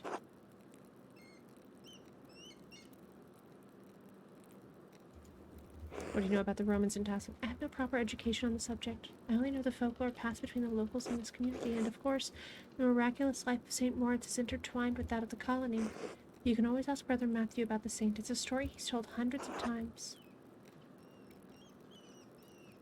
What's the folklore, then? There were pagans here first, before the Romans. They dug the old salt mine. Then the Romans came, worked the mine, built the aqueduct, and the foundations of the keep beneath us. St. Moritz's legion came, St. Saitia helped them and was martyred for it, and then the Romans left. They took their slaves, their legions, and their gods with them. Another tribe moved in and built a new town on the bones of the old, Sic transit gloria Romae. Well, I must off to Mass. Thank you again for your help, Andreas. Wait, how will you get to the church if you can't enter the scriptorium? I thought this was the only door into the library. We are standing in the oldest part of the abbey, and like any old place, it has its share of secrets. Good day, Andreas. God be with you.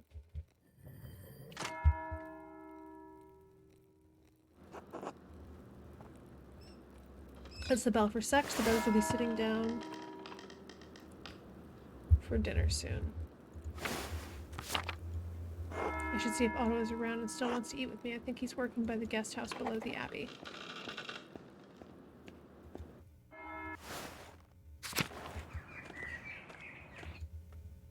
Right. Okay, there's multiple entrances to the dormitory, right?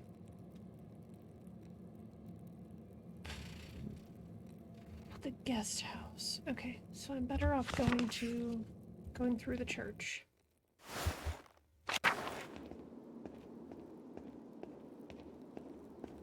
God, I want to go to the crypt.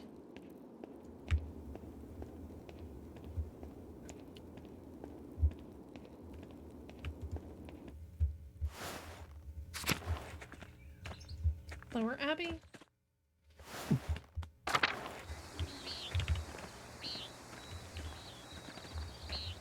What's Martin doing here? Go away, Andreas. Can't you see I'm busy? Thought we could have a pleasant conversation for once. Why would I want that? I've got so many better things to do. I'm only trying to be friendly, Martin. Why? What a sentence! Our church and faith tell us to love our neighbor. It's the principle of the art. What are you, the abbot? I don't need your preaching. Just go away, I'm busy. Well, would you like to join Otto, Endris, and me for dinner? You know what, Andreas? I don't want to eat supper with you fucking lot of old farts. Alright, fine.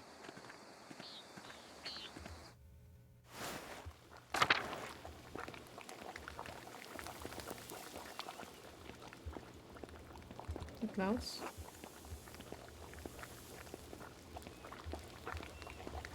Okay, so I guess I can only go...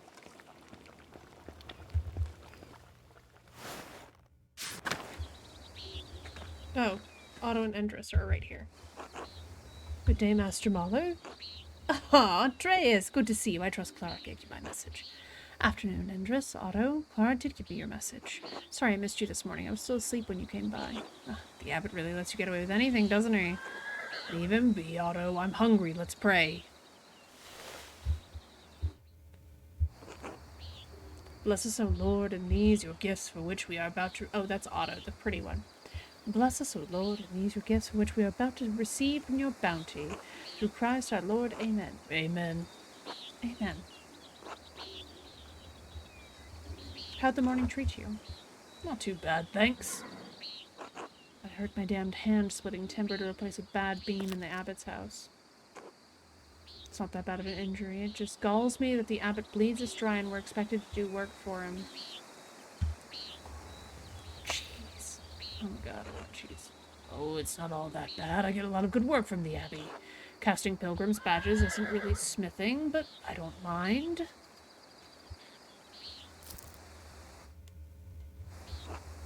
Anyway, I saw you walking with that Baron Rothvogel in the meadow on your way up here. What's that all about?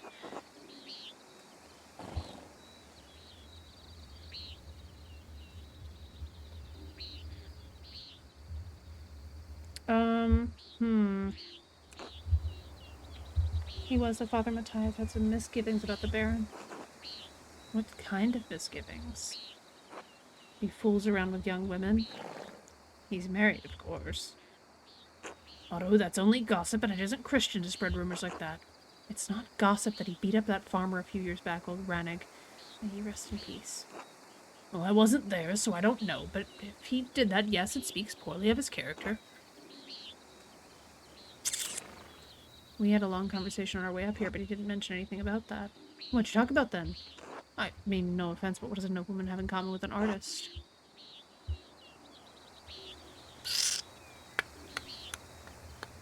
Martin Luther, my time at university, a variety of other things. He's quite well educated. Sure, I imagine you have a lot of time to read when you don't have to worry where your next meal is going to come from. This bitterness and envy are not good for our Christian souls, Otto.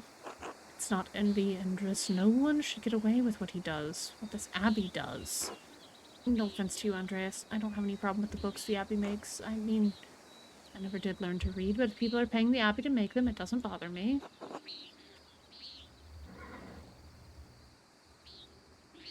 I see why people resent the Abbot's rule. It's a harsh lord. Oh, Otto, did you see that the Bower sheep escaped the grazing fields again? No, but I'm not surprised. Martin was supposed to fix that fence, and he probably did a bad job at it. Shit. He's always in a foul mood, and he could be the laziest soul in Tassing. Can't even hold a hammer properly. Married and a father at such a young age, and he barely lifts a finger for his wife or child. On top of that, he's a damned thief. And before you say it, Endress, that's more than just gossip. Look at him, over by the guest house. He's probably figuring out what he can steal with the least amount of effort. I admit, he seemed less than helpful when I saw him this morning. Doubt he'll ever amount to much of anything. Speaking of the Bower sheep, their ewes are shorn and the women will be spinning it soon, Otto. I got it, Endress. No need to tease. What God wants to happen will happen. I love the directional audio. I don't know if the directional audio is coming through the stream, but the fact that, like, that horse came entirely on my left. Looks like a storm's coming. We should probably get to it. Right. I'll catch up in a moment, Otto.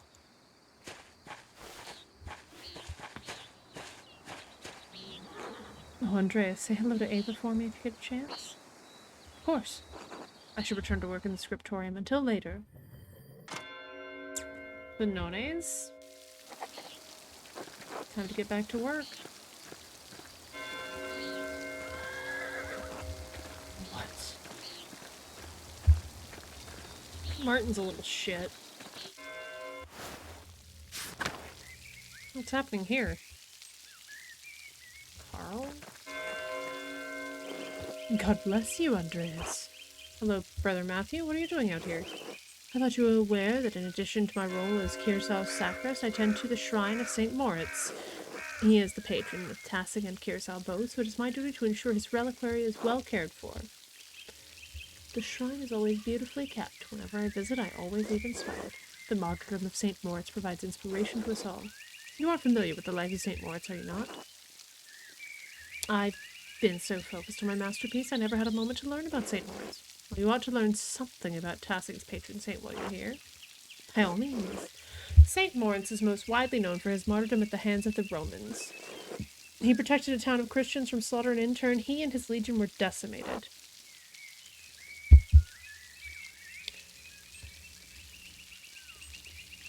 Andreas, now is not the time.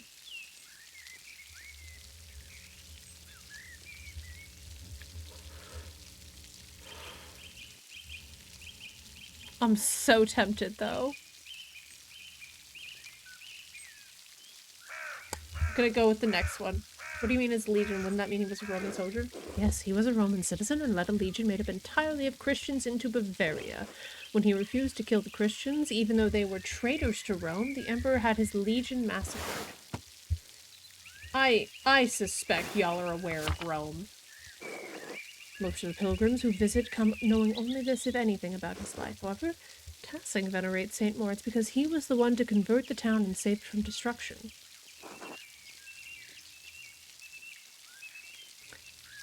This feels like a trap. Yes, I'm hearing about some of the pagan history in town. There are some in Tassing who still cling to the pagan traditions. Yes, God save them. St. Moritz and his legion were snowed into this past, and the pagan townsfolk refused to aid them. The daughter of the town's leader, Seisha, was moved in spirit and snuck from the town to convert.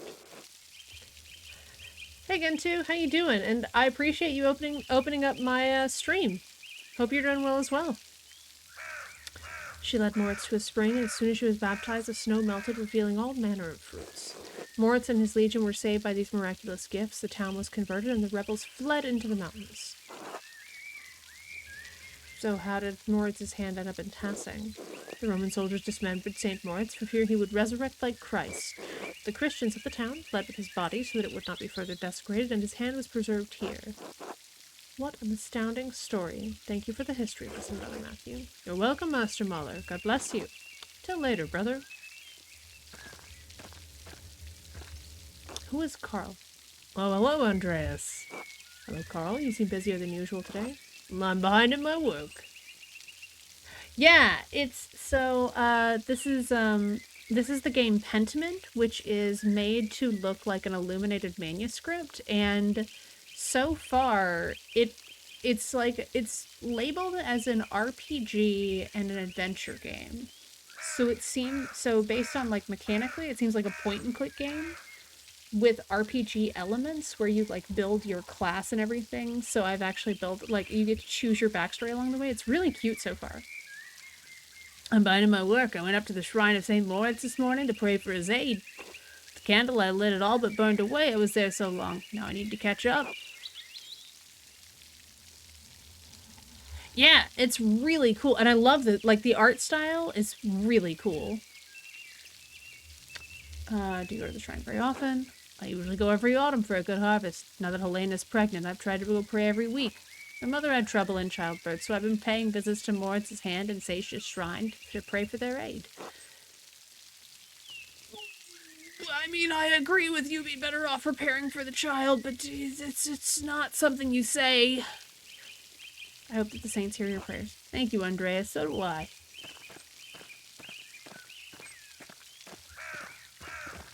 Alright. I want to look at the loquarium, because I have no idea what a loquarium is. It's a place for speaking, I guess. Oh, that's it. Just a room. Folkbert? Good day, Andreas. Oh, large garden. Chapter house. Refectory. Oh, you look neat. Sebat. Sebat? God give you health, Master Mahler. Brother Sebat, I'm surprised to see you still here. As am I, but I will be leaving soon, returning to Rome. I and my bishop regret that we could not reciprocate Father Rudolph's generosity earlier. He showed much kindness to our priest at the Council of Constance many, many years ago.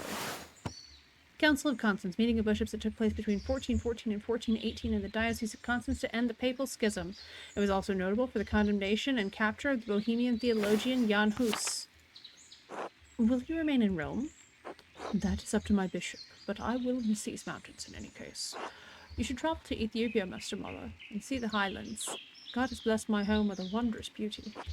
I would love to, someday. I still need to return to Nuremberg and open my workshop.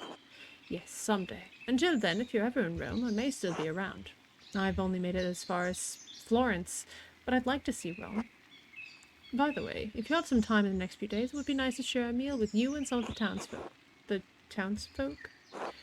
I'm accustomed to strange looks, especially in rural places like these, but I have had kind words with the baker and his wife. Oh, yes, the Albans, Ulrich and Gret. Ulrich looks mean. I offered to tell a story to the children and their mothers over a meal someday. Gret seemed excited about the idea, but I would be more comfortable if you were there as well. I can certainly make time. Thank you, Andres. I look forward to it. God give you health.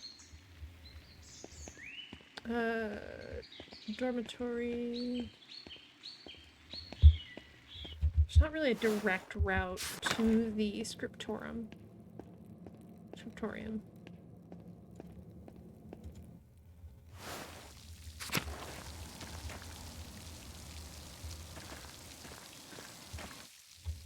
I'm really worried that...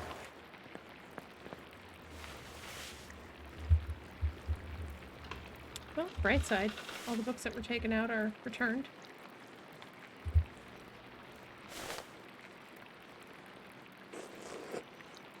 Brother Adok, this work, I don't know where to start. Inconsistent spacing, rough strokes. You're working like you want to see this place closed. Father Prior, I'm working to the best of my abilities, and I dispute your criticism. I may not be fast, but I still have my talent, praise be to God. And Brother Guy, why are you still on this page? What's wrong with you? Normally, you're so reliable. Many apologies, Brother Prior. I will work harder.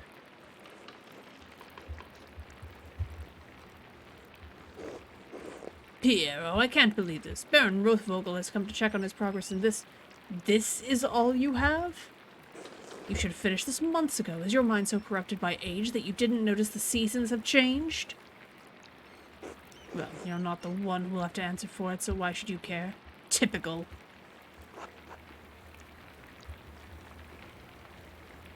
Excuse me, Prior Ferens, but I believe your point is made. Andreas, I will remind you that I am the master of this scriptorium, and you are a guest here. I agree, Brother Prior. Brother Piero's work is unacceptably slow. You're insufferable, Brother Guy. Oh God, give me the patience to endure this. Please, everyone, this is my work and I accept responsibility for it. Prior Ferens is right.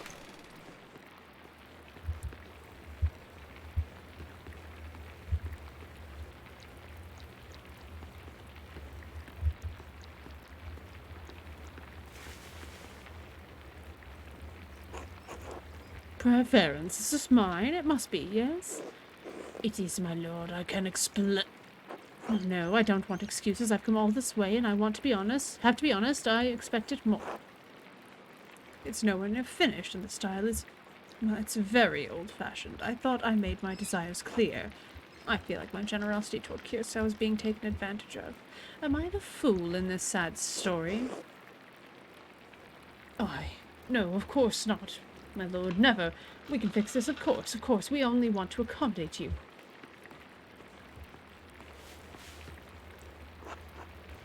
Andreas, good to see you again.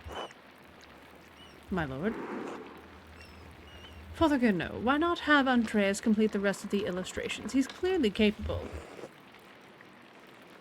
Well, my lord, why not have Brother Guy complete it if speed is your No, I'm not talking about the script. That's fine. But the art, the illustrations. I want Andreas to do the others. Of course, I mean, if Andreas is all right with it. If it takes the pressure off of Brother Piero, I'd be delighted to complete the work. There we have it. I hope this allays your concerns, my lord. Excellent. By the way, Father Abbot, am I still welcome at your table for supper? Naturally, my lord. Wonderful. I'd like Andreas to join us. Oh! But I think I'm gonna stick with the... Nonsense. You can eat with them any day. I'm only here for the evening. Well, Father? Well, that would be quite unusual. Unusual or not, I doubt that my good friend the Prince Bishop will deny additional guests at his table. What do you think? I understand. Yes, you're right, of course. Andreas may join us for supper. I look forward to it. Why do I feel like this is a trap?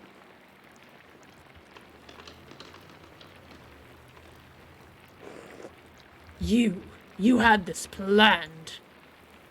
What? I did not. You must have put your hook in the Baron this morning when you ambushed him in town. I'm trying to help. Brother Prior, Andreas is not to blame for any of this. I am. Yes, you are, and you embarrassed me, the abbot, and the abbey. Prior Ferens is right, of course. No wonder we don't get more commissions. Guy, can you stop flattering the prior for 1 minute? You're so insincere and you're so obvious about it, Guy. Brothers! If you please, Sisters Dana and I would prefer it if you could keep the noise down. It sounds like Samson slaying the Philistines in here. Of course. Get back to work, everyone.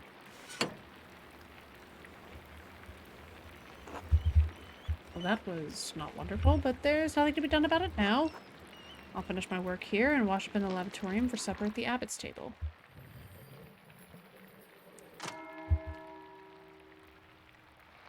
I guess I don't have much choice.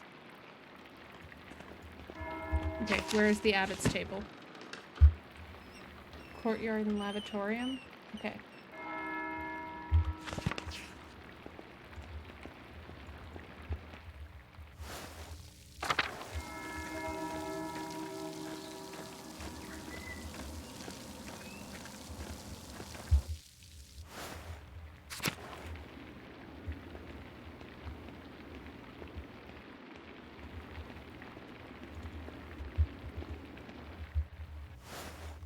I think this is close to where I need to go. Dormitory. Courtyard and lavatorium.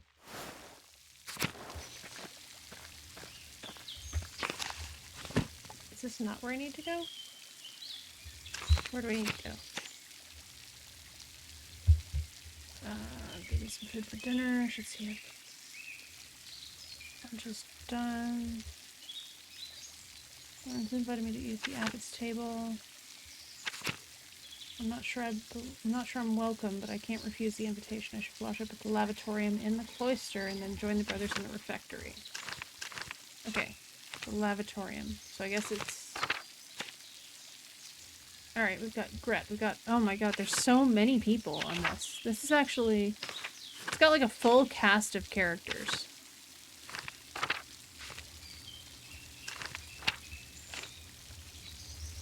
Bavarian, powerful dish. Okay.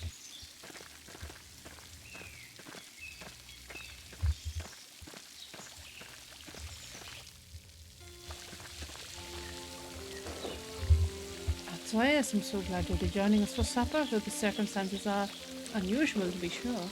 I won't be able to speak with your non-dwarf as well, but it will be good to have you with us. It's a shame, I always enjoy our talks. Now, the same doesn't apply to you at the abbot's table. You can talk all you like, though I wouldn't recommend it. Father Abbot does not look kindly on idle chatter.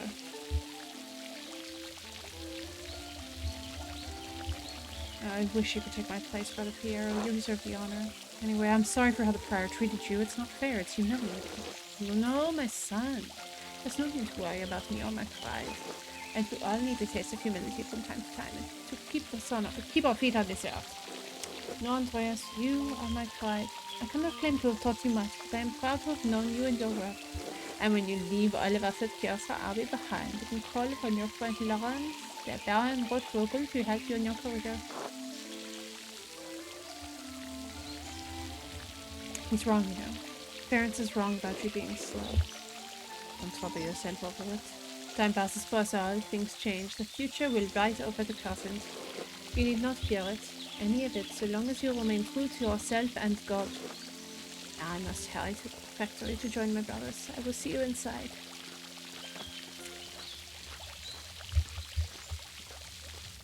At least he's washing his hands. Okay, so where are we going inside? Okay. So enter the cloister.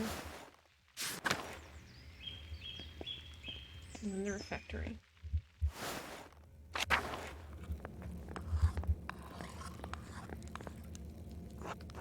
Andreas, glad you could join us. Thank you, my lord. Father Gurneau, Father Thomas, Prior Ference.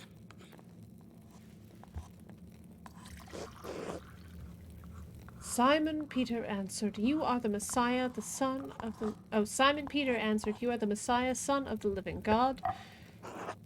Oh, the Gospel of Matthew, wonderful. Jesus replied, "Blessed are you, Simon, son of Jonah, for this was not revealed to you by flesh and blood, but my Father in heaven. And I tell you that you are Peter, and on this rock I will build my church, and the gates of Hades will not overcome it." Have you read Matthew much, Andreas? some? Yes. I will give you the keys of the kingdom of heaven. Whatever we bind on earth will be bound in heaven, and whatever you loose on earth will be loosed in heaven. Then he ordered his disciples not to tell anyone that he was the Messiah. Whatever you bind on earth will be bound in heaven. That reminds me, Father Gurno, have you read anything by Martin Luther? I can't say that I... He has some incredible ideas about the church. Brilliant, I think. My lord, is the meal to your liking? I believe I remember you enjoying our quail on your last visit. The quail?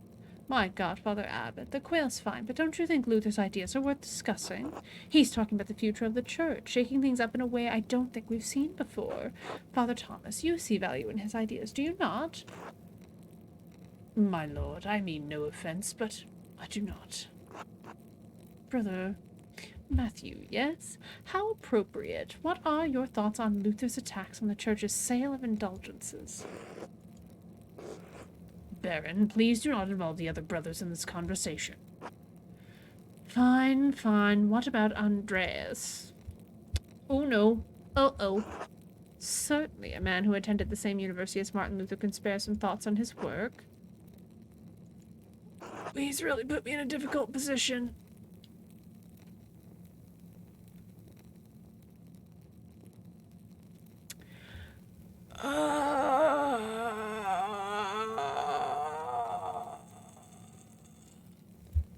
Oh. Because the abbot will be furious with me. Let's do it. Why not? Where should we start? Oh, a debate. Excellent. Why not start with the 95 Theses? Enough! Andreas, you should know better. Lord Rothvogel, you are our guest and held in high esteem, but you have worn out my patience. You will not be discussing Luther's work with Andreas, Thomas, Matthew, or with any other brother. Is that clear? I suppose, Father, it is your abbey, but you're taking too much offense at this, and you're far too afraid of change. Whether it's from Luther or someone else, reform is coming to the church. You better accept it. What? Neither you nor Martin Luther dictate change to the Holy Church on their whim. This talk is beyond insulting. It's blasphemous, outrageous. How dare you? I see. I have overstepped my bounds, and I suppose I have ruined everyone's supper. My apologies. In spite of this unpleasantness, I will make good on my manuscript payment and the donation of my copy of Historiae Taciae. If you cannot accept what the future will bring, perhaps it's time for you to come to terms with your past. Wow! Why-ya! Need some, well, we haven't invented a lot of the burning ointments. Well, no need to overstay my welcome. Fathers, brothers, Andreas, good night.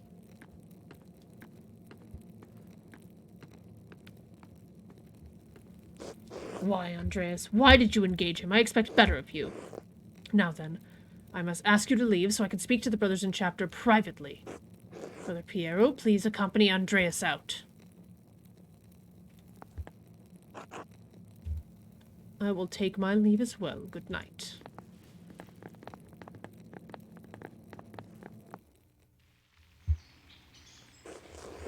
Don't worry about Father Gurno and the Baron. I'm sure it will all be fine by morning. I hope Father Abbot can see that the Baron's heart is in the right place, even if he picked the wrong time to express himself.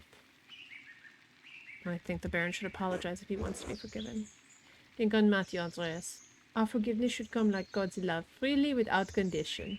In any case, I do hope the Baron respects the Abbot's wishes for the rest of his stay, for everyone's sake. Brother Piero, what do you think of Martin Luther's ideas? That is for younger and wiser men than me to decide. I am just a monk, thank God. Good night, my son.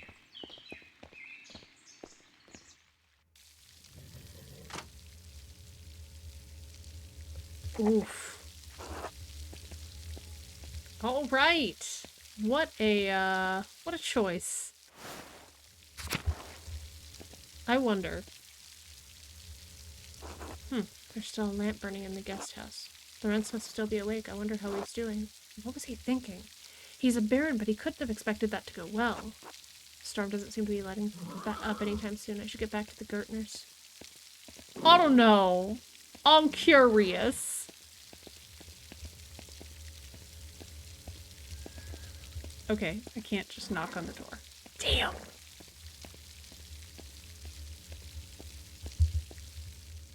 I don't know if this is the correct direction.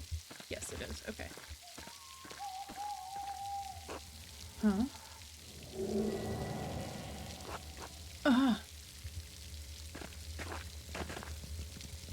Are you alright, Master Mallard? Did you see that in the aqueduct? The ghost? There must be a better explanation than that. I'm not here to tell you what you saw. Wouldn't be the first time people have seen ghosts around these parts. Have you ever seen? Usually around the ruins. Who knows how many restless Romans lie beneath these stones? Well, I think I found Johan's last lost sheep. I'm going to head home. Take care, Master Mallard. You too.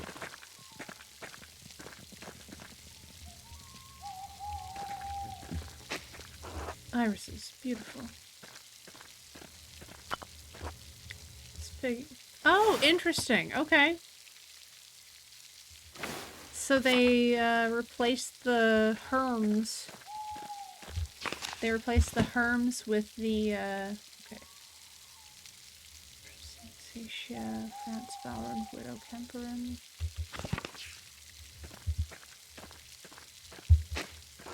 Snowdrop's one of the only flowers that can bloom this early in spring. Shrine to St. Moritz. This is going to be a mint of some sort, I think. Oh, Columbine. Okay. Church and Druckers.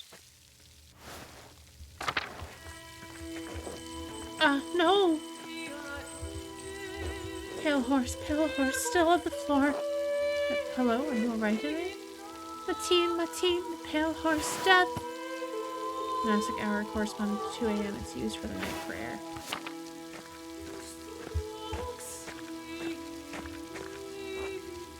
Sister, listen to my voice. Do you hear me?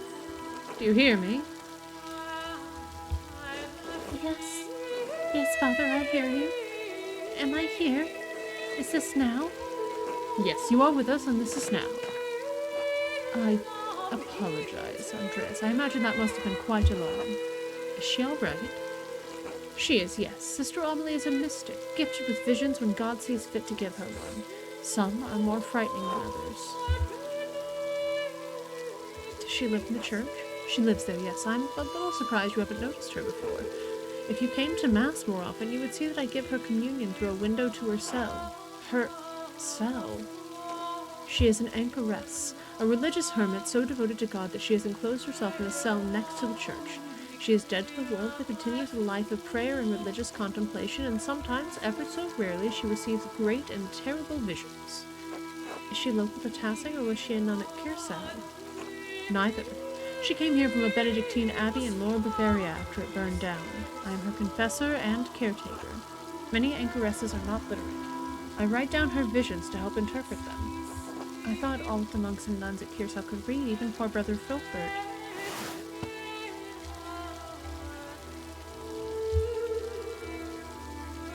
Brother Filbert looks stoned as shit. Thank you, Father Thomas. I must rest now. Of course, sister. She seems unhappy. She is not unhappy, but she is in pain, both physical and spiritual. Her spiritual pain comes from her revelations. They come and go. I try to address them as best I can. The physical pain comes from a deformity in her spine and aching in her joints. Scoliosis. I know of no cure for that, save prayer to the Almighty. Sister Amelie was saying she had a vision of death. Could someone be in danger? Oh, no, don't rush to judgment. Her visions are divine and powerful, but they could have many meanings. Some of her revelations take years to comprehend. Some may never be understood at all, as God wills it. Still, the argument at dinner was quite troubling. Perhaps it has cast a shadow over our thoughts. Now then, the good sister appears to have fallen back asleep. I must prepare for bed myself. Good night, Andreas. Good night, Father.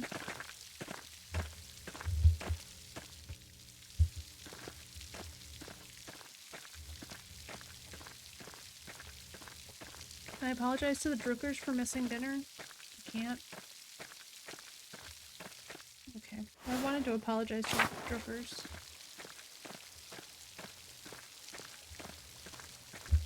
Zimmerman House. Johan Bauer Farm.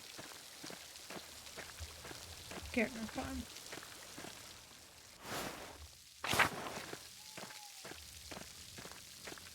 I do love the just visual style.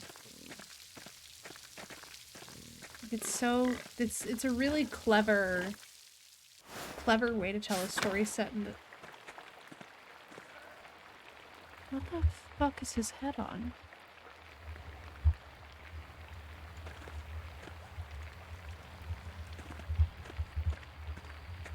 Oh yeah, I should check and see. Supper ended badly, an argument erupted between the Baron and the Abbot. Hopefully it will all get worked out in the morning. I should head back to my room at the Gärtners and get some sleep. Sister Amelie. Brother Lucas.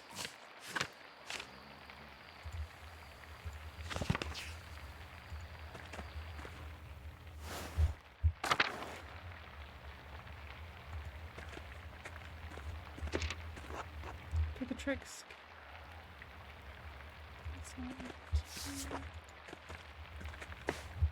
It's getting late. I should get some rest. Go to sleep.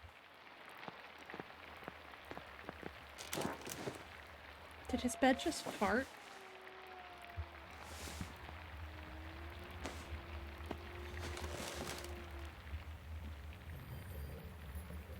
Alright, time for dreams. Oh no, we're not getting dreams tonight? Okay. Time to get back to work.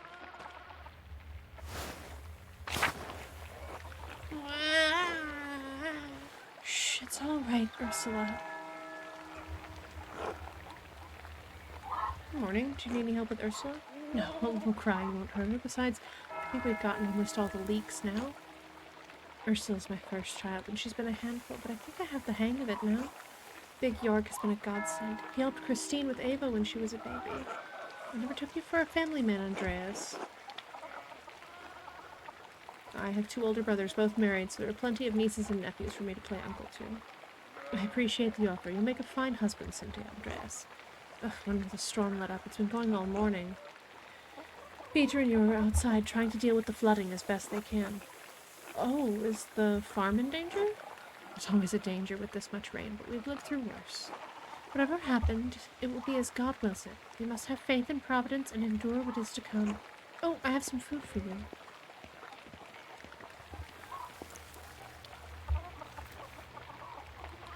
Here, sorry I couldn't prepare anything more.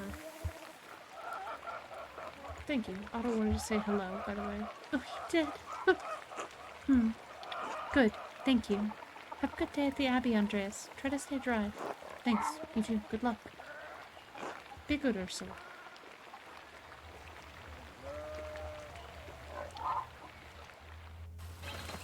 Oh, no, I need to give Clara the money. Andreas?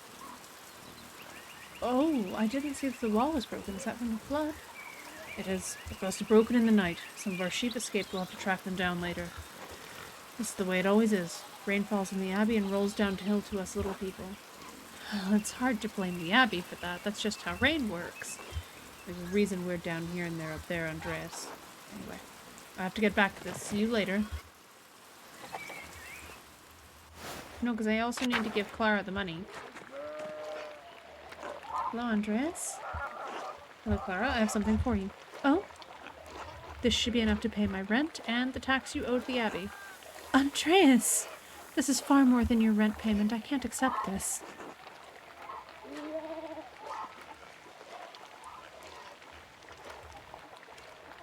Consider the rest a gift then, in addition to my rent.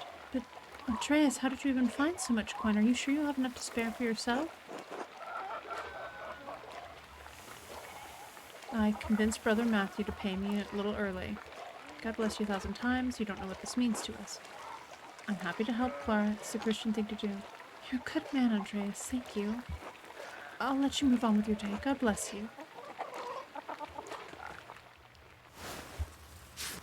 The Gärtner's taxes paid in full. Hey. Oh, okay, so these are quests.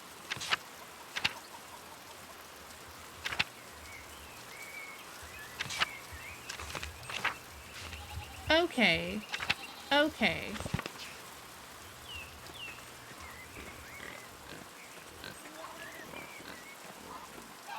Oh, and it's flooded this way, so of course I can't walk that way. Duh, that makes sense.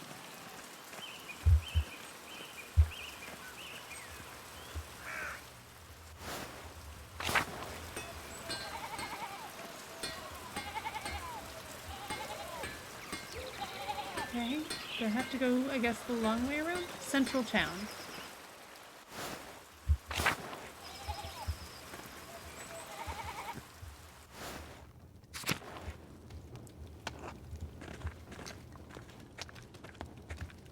Oh, it's a cute kid. Andrea, such a pleasure to see ya. And looking so handsome as always. Back for more, am I right? Dear Gret, you know I can't stay away from you and your rye. I was passing by and thought I should say hello. Now I must say goodbye. Aren't you a good man? Well, you're always welcome here, Andreas. And always welcome to my rye. Be well.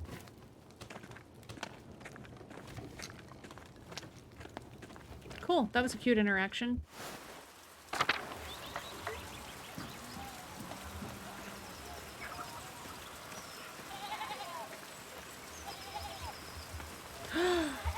You can pet the cat.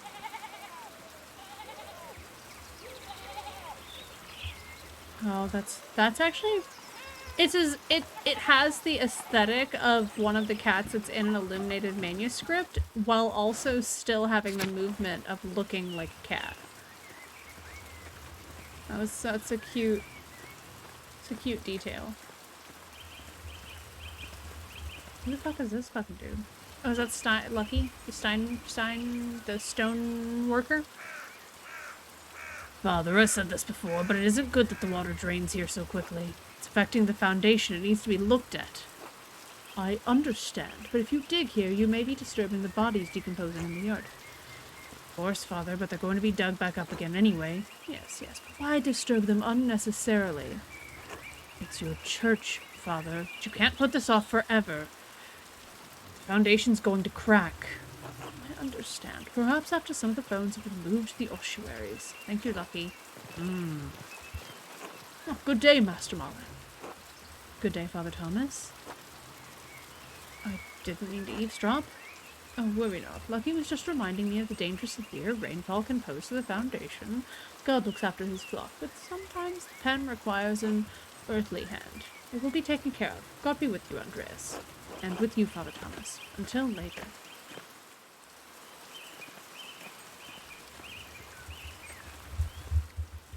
We're off to see the little meadow.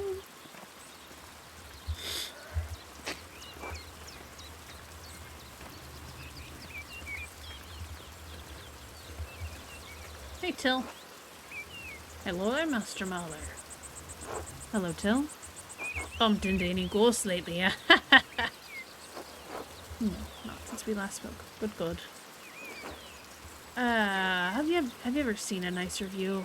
You don't get sights like this in the cities, I expect.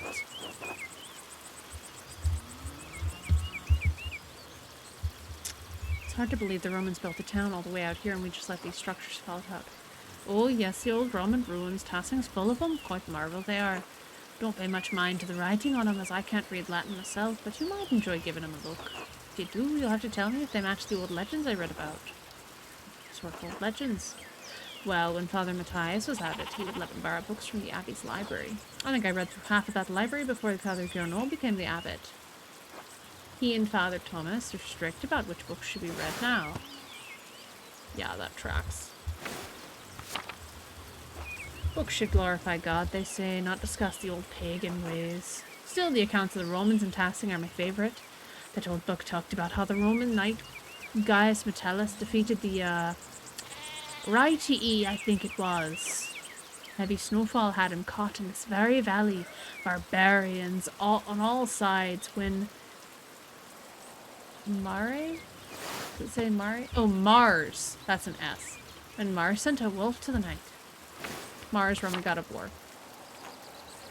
Instead of killing the beast, Cain followed it to Gaius.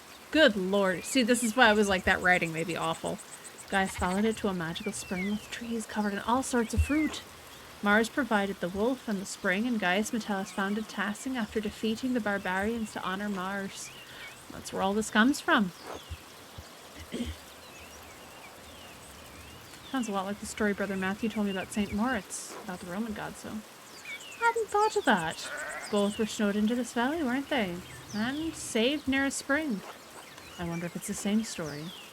Oh, I don't know about all that, Master Mother. A lot of stories get mixed up over the years. Might be all fable, but I enjoy the story all the same. It's nice to feel you're connected to those who came before you, even if it's only by the land you live on. Wise words. I feel the same. It's been good chatting with you, Master Mahler, but I'd better get back to work. You'll let me know if you find any particularly good books in that library, all right? Can I give him the book I stole? Martin. Hey, Martin. Eat shit, Andreas. Achoo! Oh, we've about to get a plague outbreak, I think.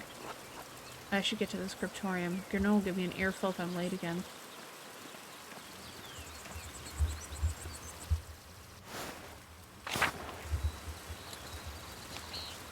One of these days, my class will say it will respond to me. Yes. Gotta be with you, Andreas. Are you still preparing to leave, even with this weather?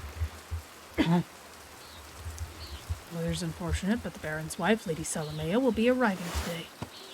Oh, she's pretty. He sleeps around on her?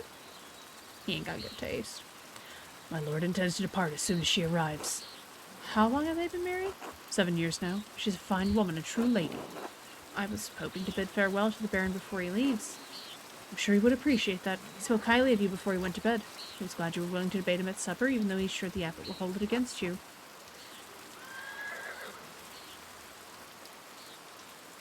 The Baron's a patron of the Abbey. I didn't want to refuse him. Oh, my lord can have a temper, but I believe he would have understood even if you refused. Oh! Would it be fair to say I found the Baron's favor? Damn! It would. My lord bade me give you a token of his friendship in his absence. He says it's a small thing compared to future commissions, but he hopes that you will wear it with pride. Oh, he gave me a fibula! What an extraordinary pin. Please thank the Baron for me. In fact, I'll wear it right now. Many thanks. As you wish, of course. Where's your master gone, then? He went for a walk early in the morning. Didn't say when he'd be back. I hope he returns soon. The rain is turning everything to mud. My lord might surprise you, Andreas. Never minds getting mud on his boots. And on his knees, I bet. Ayo!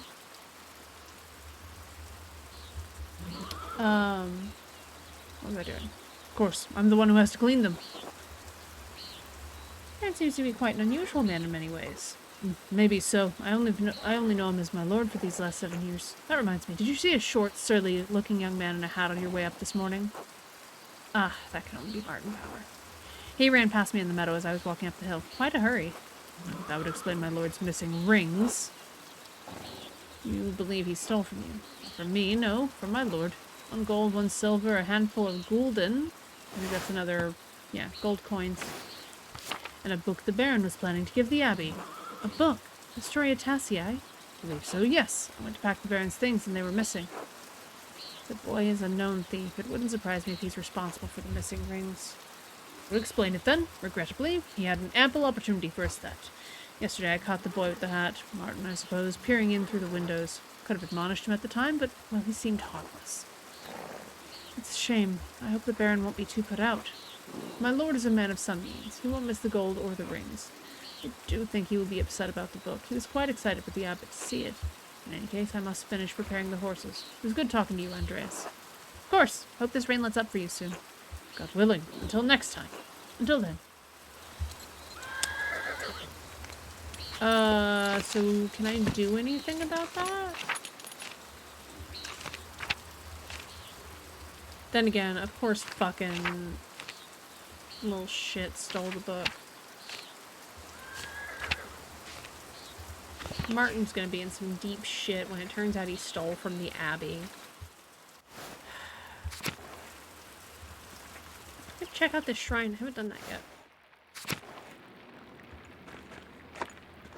Brother Matthew maintains this shrine. A reliquary.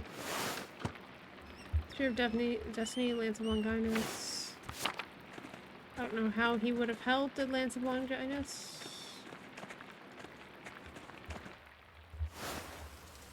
Cool looking young guy's hand though. I wonder if I'm even allowed in the convent room. Oh, that's surprising. Chamomile, I'm betting. Feverfew.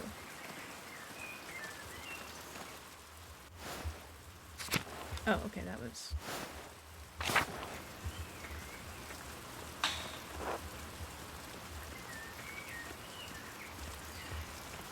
That's gonna be, Cassie is lucky to have so much wound port naturally growing. I had to buy it back in Nuremberg. Many petaled cinquefoil. Grows so easy some considered a weed. Mousefinger. What a good kitty.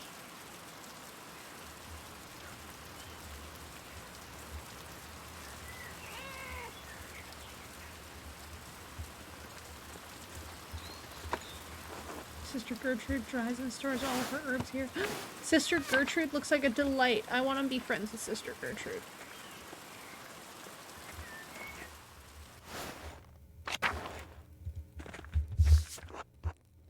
Hildegard of Bingen.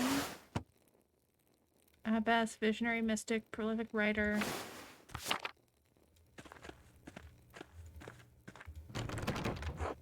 The doors into the convent are locked to outsiders. Men, at least. Can you blame them? Mother Cecilia. Hey, bae. God bless you, Andreas. God bless you, Mother Cecilia. Is there something I can help you with? I noticed that you took the sisters inside when I walked up with the Baron. What concern is it of yours? It just seemed unusual. The Baron arrived to see the abbot and the scriptorian. It isn't appropriate for the sisters to interact with men. Is that all? I've answered your question, Andreas. Good day. Good day.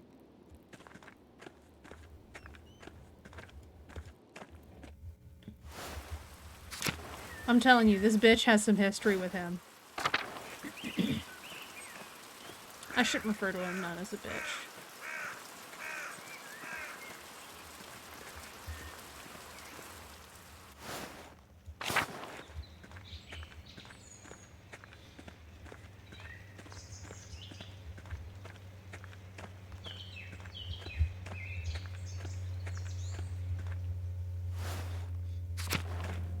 I think my husband's cooking something, but it smells like there's something burning.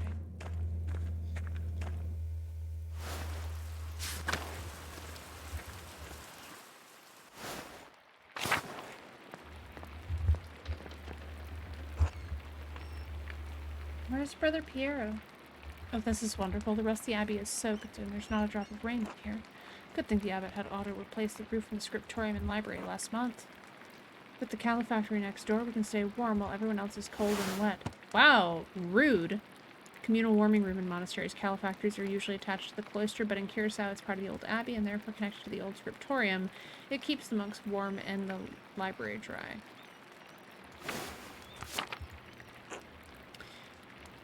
Instead of bragging about her good fortune... Nope, that's wrong.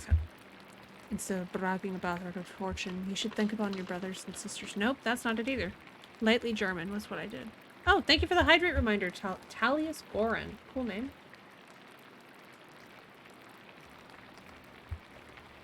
Instead of bragging about our good fortune, you should think upon your brothers and sisters and pray. I don't know why I'm not able to do it. Blah, blah, blah. Instead of bragging about our good fortune, you should think upon your brothers and sisters and pray for their health and safety. The abbot's foresight saved a lot of our work and protected what's in the library. The town hasn't fared as well. I'm sure they'll be fine. More importantly, if they're not, I don't care. Brother Guy, your heart is harder than the stone of this floor. Huh. We have the grumpy old monk, but where's the nice one? Brother Piero. Haven't you seen him yet today? I did, before Brother Guy arrived. Father Piero left to speak to the abbot some time ago. What? Why is Matthew ringing the bell? It can't be terse already.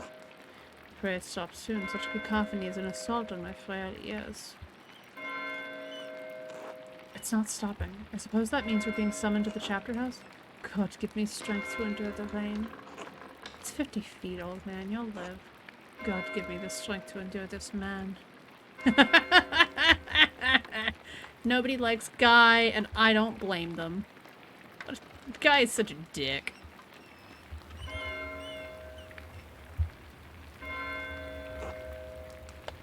It's still not stopping. What's going on? This can't all be because of the storm. I should see what's the matter. I wonder.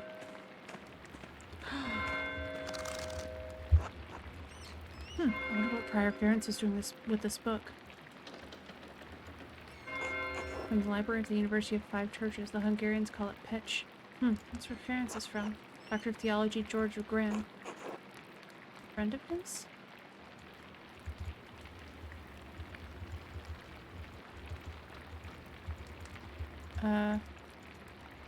There we go. Okay, I was supposed to text on astronomy, it looks like. I'm not familiar with it.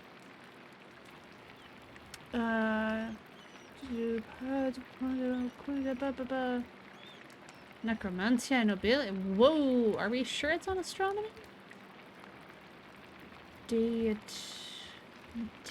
Tuimus? Probably?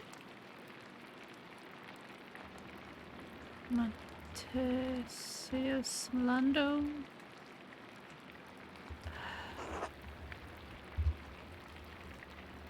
Bastard script. Burgundian? Flemish? Not from here and not recently. Ooh, and we got notes. Configurazione ille. Suddenly Ference's handwriting between the lines and in the margins. In any case, it's a thorough commentary. What's this? It looks scribbled, not like Ference to be so sloppy, and he didn't even let the ink dry. Libra, Capricorn, Aries, all astrological symbols? It's written below. Greek to be sure. Ospsit.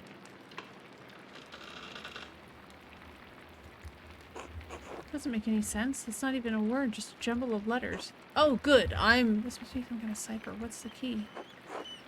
Suppose I'll figure it out in due time. I'll copy all this all down to reference later. I think that may have been a good choice. I may have made the right call there. Snoopin'. Whoa! Where did the scream come from? What?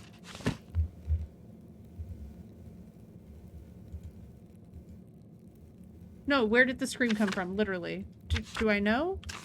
It sounded like it came from the right.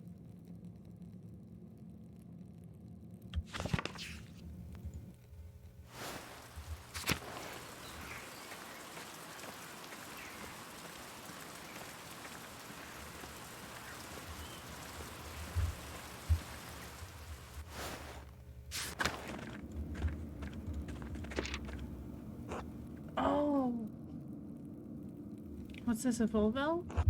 Seen this before in astronomy and medical tracks. What's this one for? 2 wheels. The top wheel has Greek letters and holes cut out to reveal Latin letters underneath. The outer edge of the lower wheel is divided into 4 sections, each bearing an elemental symbol. 24 holes, enough to cover all letters in the Greek and Latin alphabets. Quarter turn of the upper disc aligns a different elemental symbol with the top of the lower disc. There's enough space for a total of 4 versions. This must relate to the letters I found in Ference's book. I need to compare them. These symbols aren't the same. The elements don't appear in the cipher, and the astrological symbols aren't on the Volvel. There has to be some connection between them that I'm missing. I'm sure I could find... If I could find some way into the library, I'm sure there's a book I could use to figure this out. Sister Illuminati is in there most of the day. Perhaps I could. If all else holds, perhaps I could ask Werner Stoltz. He lives off the North Commons. I have a sense he doesn't like me much, but I'll find a way to get the information out of him. Oh, there's a mystery. A mystery in the monastery.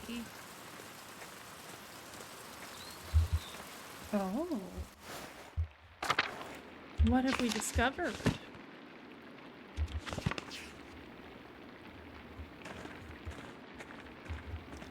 down to the cloister. Down to the cloister. Da, da, da, da, da. It's coming from just down the hall. Maybe the chapter house. Okay, so the scream came from in. Something terrible has happened. Yeah, no doubt. Why is there so much scream? Why is there blood?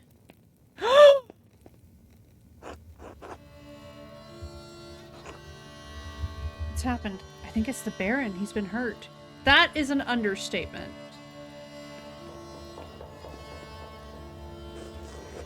Please, Father, where is Brother... Please, Father, where is Brother Florian? Have him come quickly. Be silent, brother. Brother Florian, if you please. Y'all, be silent. Like, there's a man dying. There's a man dead. That looks like... This is a murder scene now. I'm sorry, Father. There's nothing to be done. He's dead. Screaming. Sister Margaretta, calm yourself. Sister Gertrude, please take Sister Margaretta back to the garden. Yes, Mother Cecilia.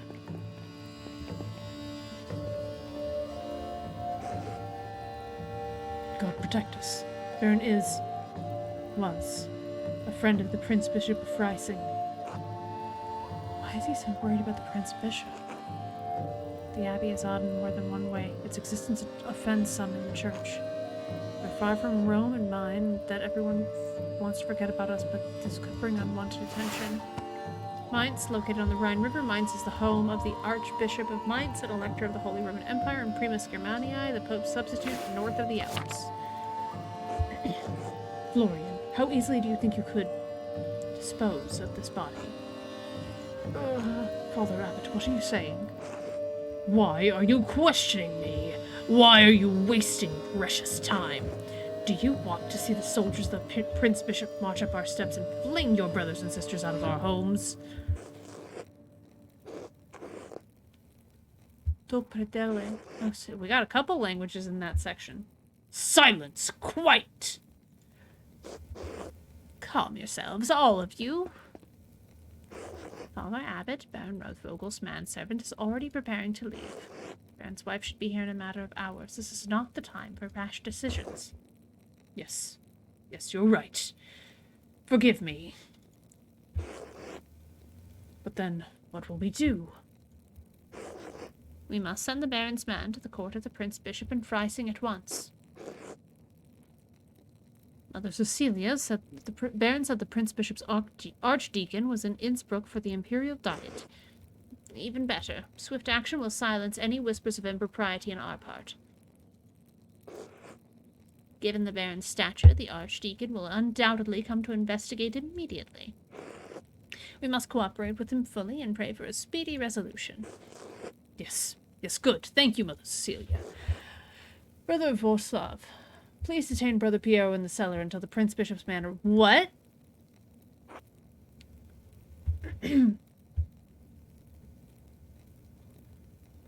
What? Brother Piero? Why? That's absurd. He was caught in flagrante delicto, covered in blood, with a knife in his hand. I mean, I don't know that he was actually caught. Father, do you really believe that Brother Piero is capable of such a foul deed? Yes, capable enough when motivated by anger. I had no anger against the Baron, Father Abbot. I simply came across him like this. No anger? Not even for insulting your work and forcing us to give it to Andreas? This is not a subject for debate. When the Prince Bishop's man arrive, we must not be empty-handed.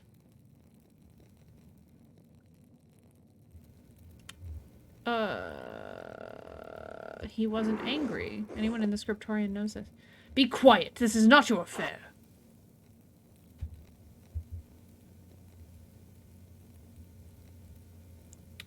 Ooh. It is my affair if you're going to make me part of Brother Piero's supposed motive. I'm through debating this with you. My decision stands. Brother Vorslav will detain Brother Piero in the cellar until I say otherwise. Brother Florian, please escort Andreas out of the abbey. Andreas, do not show your face here again until tomorrow. Do you understand me? Say nothing.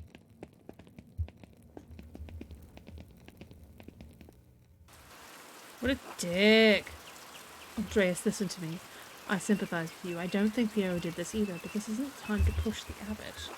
I'm sure the other brothers and sisters believe Piero's innocent as well, but the abbot is worried about the Prince Bishop's attention.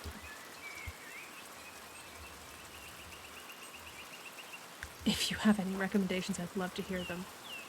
Take a few hours to calm your nerves and your mind. You need to think clearly. Go to the Troopers, eat a good meal, and come back at nones. We won't have much time, but tap on my window with a small stone and I'll let you in. But be in for what? To examine the body. God damn it. That medical fucking knowledge would have been great.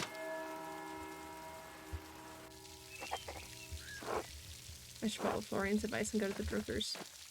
Hopefully it will clear my head.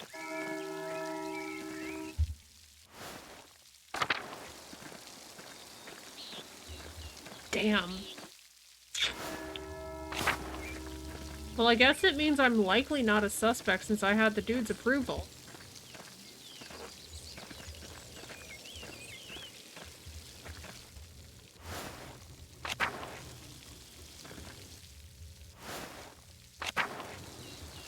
Heh, graffiti.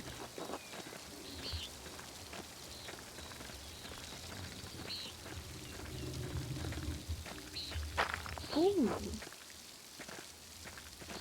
And a collapsed tunnel.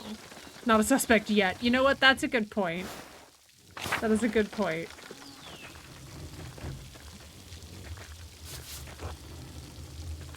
What a curious mill. It's a mill, bud. I don't know what to tell you.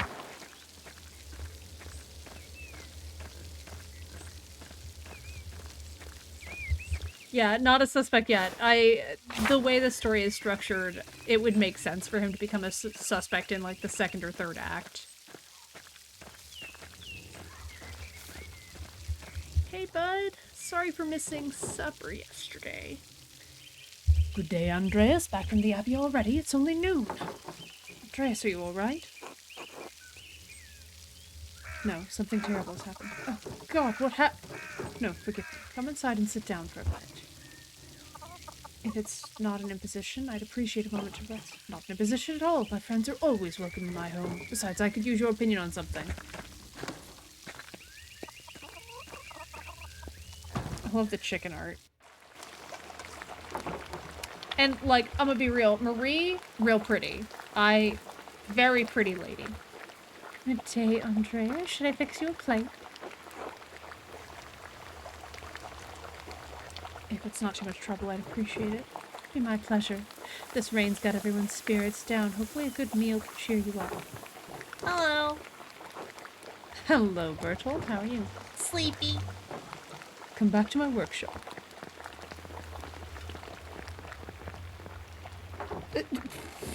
Come into my office. Walks across the room. I'm going to do a new run of Till Eulenspiegel. There was a printing a few years ago in Strasbourg, but it was awful, almost bereft of illustrations. What do you think of these new ones? Oh, that's cool!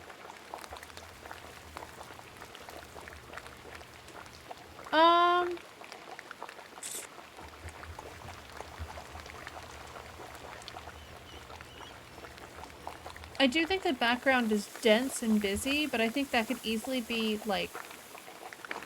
I would suggest running this in 2 passes with the background elements and a lighter ink to help the characters stand out. That's a good idea! I'll pass on your compliments to Marie. Are these her woodcuts? They are. The drawings were mine, but she did the block cuts. Damn! Marie's got skills. I've got enough talent to draw the designs, but only she can do the woodcuts and the type. Marie is a very skilled block cutter, and that is an impressive set of, like, that is very hard to do. Bless us, O Lord, and these your gifts which we are about to receive from your bounty, through Christ our Lord. Amen, amen, amen. I'm hungry. Amen. Oh Andreas, what were the bells for at the Abbey? They were sounding for a long time. The visiting nobleman, Lawrence Rothvogel, was found murdered in the chapter house. God in heaven, he just rode by there yesterday. Yes, and it gets worse. One of the elderly brothers I work with in the scriptorium, Piero, was accused of the crime. That's awful. A murder in Curacao. How could a monk do such a thing? Sorry, Andreas. The Baron seemed like an interesting man, and I know he's been a patron of the Abbey for years. How did he die? Could it have been an accident? Not really. And does the abbot really believe that Brother Piero killed him? You've always spoken of him in the kindest of terms.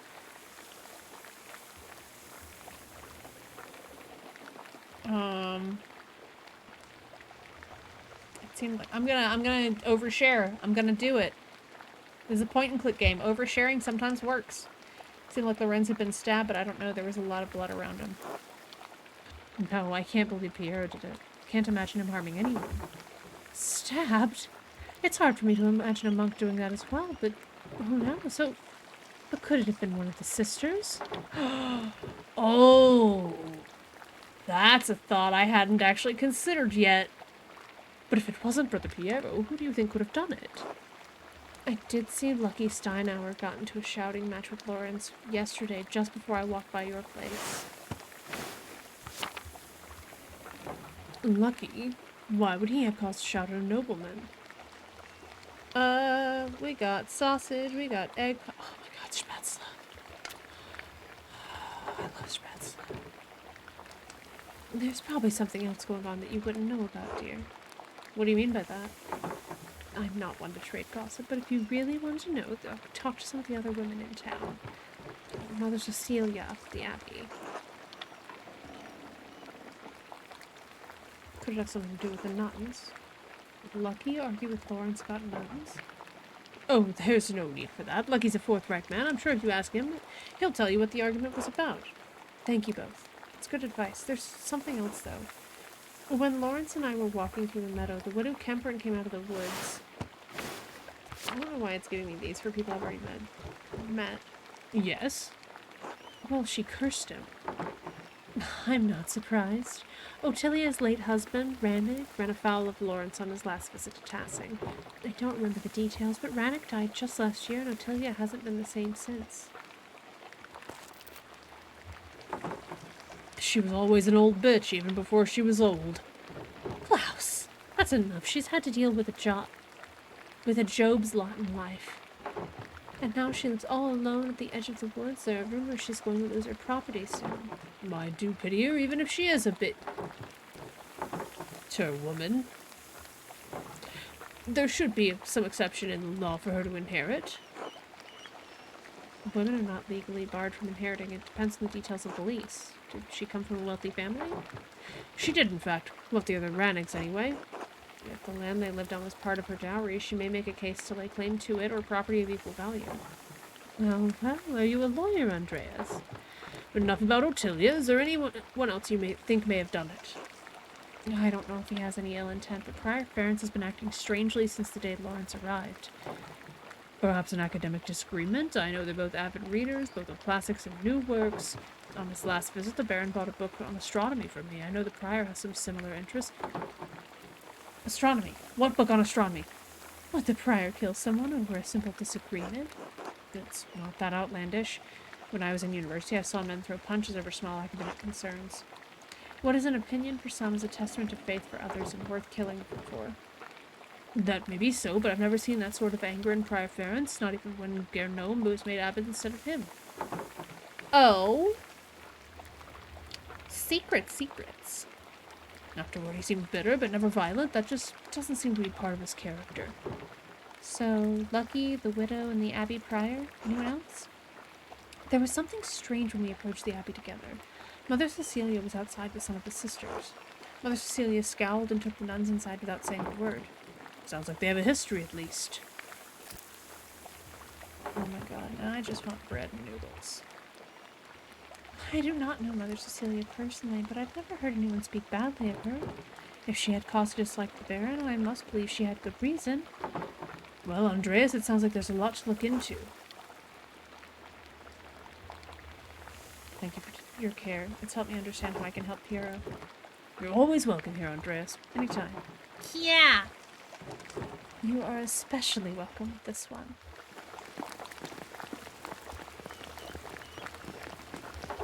God be with you, Andreas. Thank you. God be with you. Time to go scope out the bow. I have several leads to follow, but where should I start? Well, near front spiral. Okay. Yeah, that's great. But yeah, see,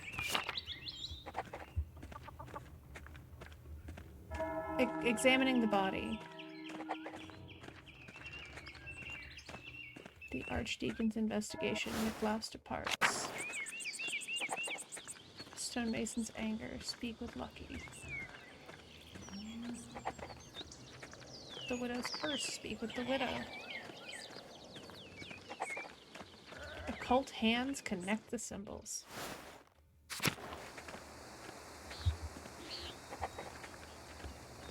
Occult hands, experiences, vulva.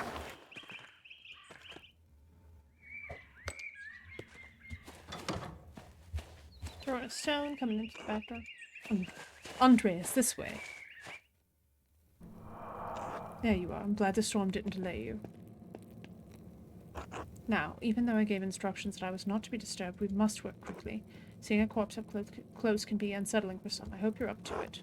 Well, I'm not sure, but I want to help Piero. Good. Let your resolve steal you. Now then, you should probably take notes as we go. They might be useful later. Of course.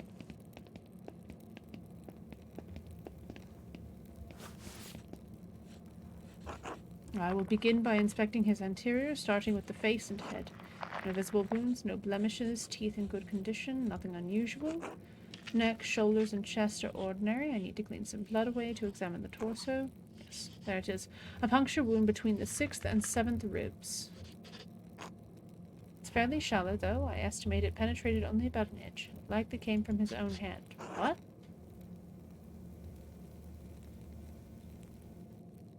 The Nuremberg inch versus Innsbruck inch thing again. He inflicted on himself. How can you tell? From the angle and depth of the strike, it is as though he were holding it in his right hand as he fell on his side. You must know that I was not always a monk. I was a mercenary for 10 long years in Poland. My familiarity with wounds comes from my time on the battlefield. I'm no true surgeon, but I am the closest Kearsarge has. If the wound was that shallow, it doesn't sound like it could have been fatal. It wasn't. It's likely incidental, received while falling on his own knife. He must have some other wound that issued forth all the blood we found him in. The one in his back, perhaps? Who do you think killed him? I don't know. Can't even speculate. All I can do is examine the body and hope that you can figure out the rest. Simply pointing out the implausibility of Brother Piero striking the fatal blow may not be enough to convince our Archdeacon. Brother Piero never should have picked up that knife. I'm sure the appearance of guilt never even crossed his mind. Now then, let's move on. Well, there's a sore on his sex, probably from the French disease. French disease is syphilis.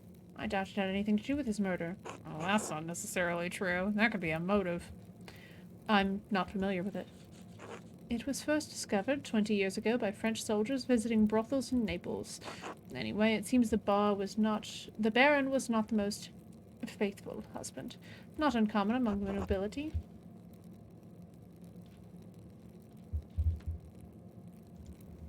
Moving down. Other than a few blisters on his feet from what I assume are new shoes, there's nothing wrong with his legs. Andreas, can you help me turn him over? Of course.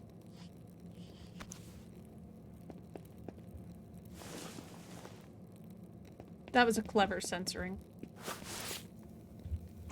There's a slight irregularity in his spine, possibly from an old injury. I don't think it has anything to do with how he died, though. It's such a wet sound. How could that have happened? I have no idea. Whatever the reason, it didn't contribute to his death. Here it is. A rather dramatic head wound. The dark hair and the blood make it difficult to see, but it's quite bad.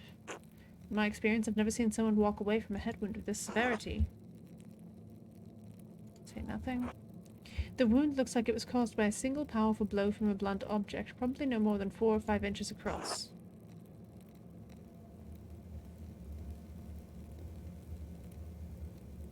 How can you tell? The skull is cracked in a single spot, and there's a clear impression in the skin around it. It would take extraordinary precision to hit the same spot twice unless the Baron were already dead. It's likely he didn't die immediately. How long could he have survived for? I've seen similar injuries in battle. The victims don't last more than a few minutes, but it's an agonizing death. Even so, he couldn't have wandered far from where the first blow was struck. So he may not have been attacked in the chapter house? He was either attacked in the chapter house or someplace in the immediate area. Is the church a possibility? Well, I can't imagine it. Rudiger and Matthew are in and out of there constantly. Oop. What I meant to do. Noise in the church is easy to hear, and the Baron would have to go through the cloister to wind up in the chapter house. Anyway, whatever killed the Baron was a blunt instrument of considerable heft. The part that impacted him was likely a little smaller than a fist. I'd say 2 to 2.5 inches around, perhaps a pig mallet, a joining hammer, or even a round stone 4 to 5 inches across held in the hand. That's specific. Shrug. Hopefully your talents will help you find the murder weapon in short order. Whoever did this must have caught the Baron unaware. Save the small knife wound, he has no other injuries. I suppose that he was struck, drew his knife to defend himself, and fell on it before Brother Piero discovered him. So I believe we discovered 2 important things.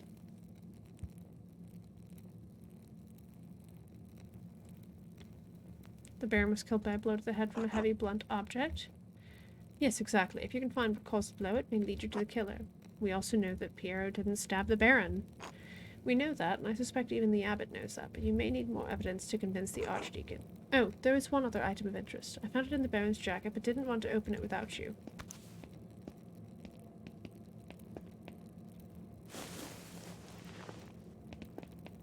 I don't know why that was necessary for just showing me something in his jacket. Is it a book? But it's a book.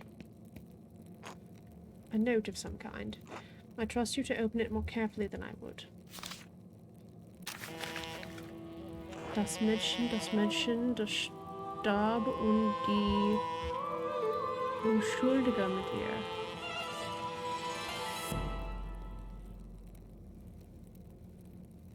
Matutine Capital House. The girl who died and the innocent with her.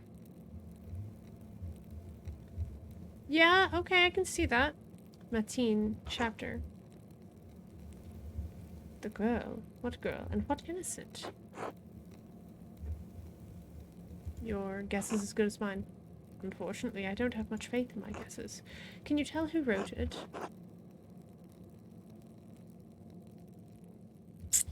Ooh. Can't be Adok or Guy.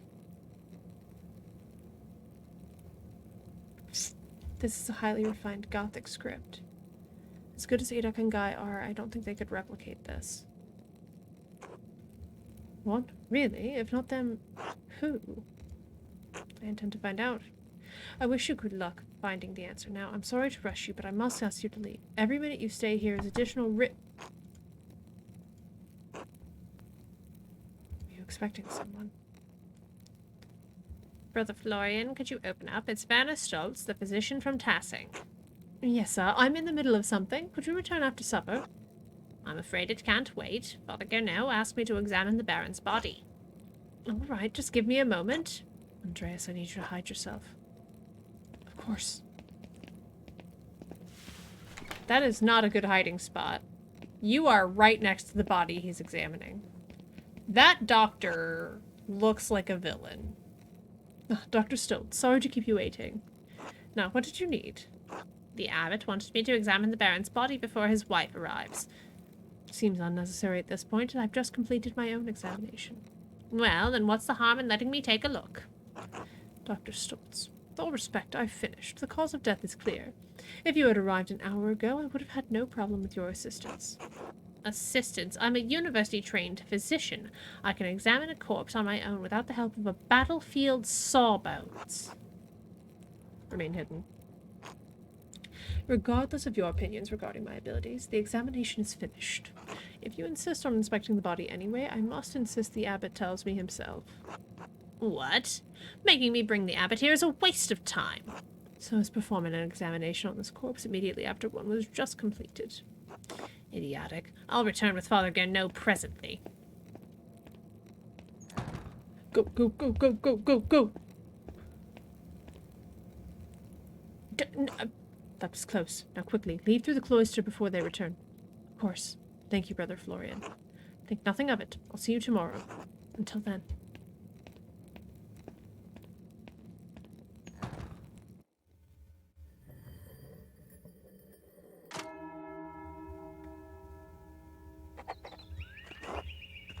I should find someone to eat with. Can't get that note out of my head. The girl who died and the innocent with her. What could it mean and who wrote it? Okay, what do we got going on? What do we got? We got a whole... That's a lot. Well, Cecilia reacted poorly to the Baron's appearance at the Abbey. Could she have something to do with his murder? I should find out what their history is. She's usually in the prioress's house in the convents. Can't figure out what the connections are. I can always inquire with the town doctor. I can find a way into the library after dark. Ottilia, Kemper, and curse the Baron. The widow's house is next to France Bowers. Stonemason's anger and the Archdeacon's investigation. We got a lot of new information.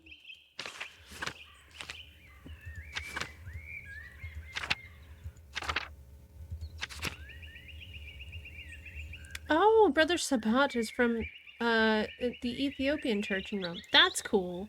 That's a really neat nod to historical, like, cultural crossovers.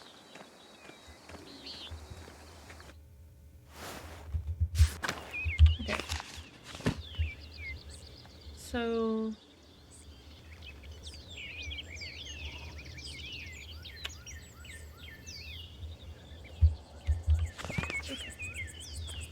I want to go through the forest, because we haven't done that yet. Shrine of Saint Sasha.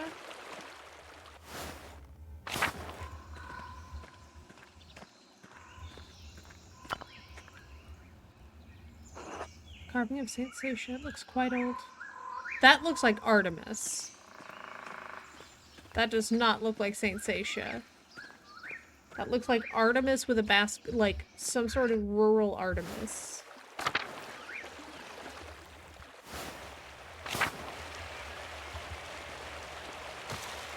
Gotten full of bugs. No wonder Otto hasn't split it up. This is pretty. My internet went kind of now.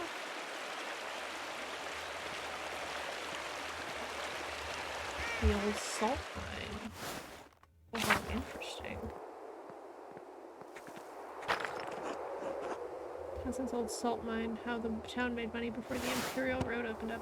Also called the Via Imperii, the Imperial Road links Venice in the south with Stettin on the Baltic Sea in the north. It passes through Verona, Innsbruck, Nuremberg, and many other cities along the way. It also brings thousands of travelers to Tuscany and Curacao every year.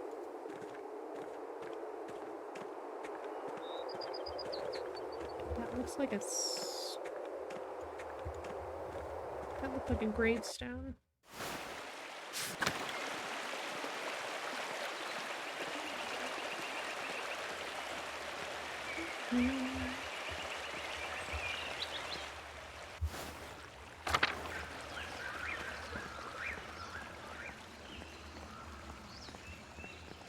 Wait, who's Smokey?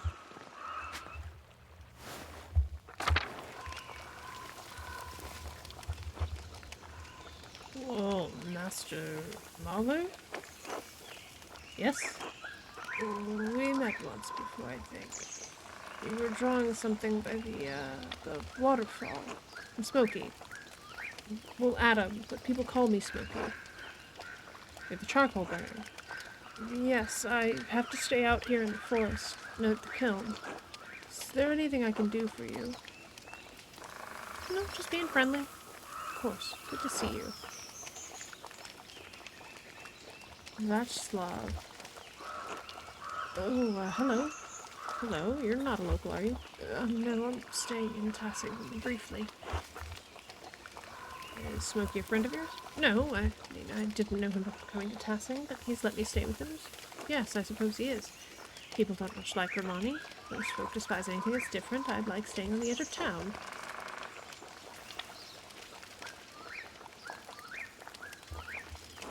What's the differences in the artist style? Ah, you're the artist staying up at Kiersau. Yes, just visiting Tassing for some time. My name is Andreas. Andreas Mahler. It's nice to meet you. Folk in Tassing don't come down here for a talk. Right, I'm Václav, a traveling tinker. Tinker. Oh my god. Oh! I travel from place to place, sharpen knives, mend small things that need mending, that sort of thing.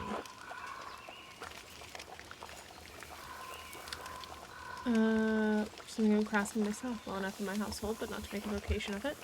I was brought up in it, tinkering's in my blood. Tinkering and wandering. I can always find a bit of work wherever I end up. Actually, I came to see Kirsov's library. I'd hoped one of the monks to read them to me, but the abbot wouldn't let me in.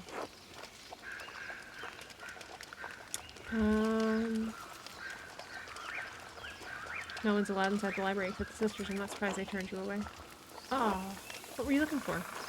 Well, I explained I was looking for a text about the elements. If they're primordial, as Aristotle says, and God didn't create them, they exist with him since the dawn of time. That's a fascinating idea. Not only that, but it explains the presence of the angels and demons before the creation of the world. Of the 5 elements, angels are fire and air, and demons water and earth, and the world was ether before the Lord formed it. That's why Satan appeared as a snake to Eve. Snakes can only dwell in deep caves and pools. I never considered it that way before. I did not expect such open dialogue with you, Master Mahler. Few men with your stature would entertain such ideas with someone like me. Anyway, I should get back to work. Until later, Václav. Okay, that was an interesting conversation. Church and the Droopers. Hoping if I go down to the Bowers and Widow Kemperin's house, maybe I can have dinner with the Widow Kemperin.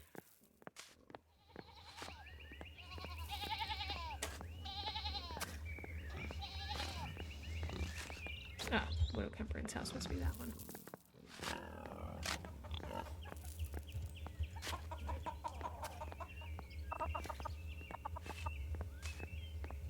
We've got some pagan symbols. These figures look like they were carved by someone without formal training. Otilia. Hey, bae.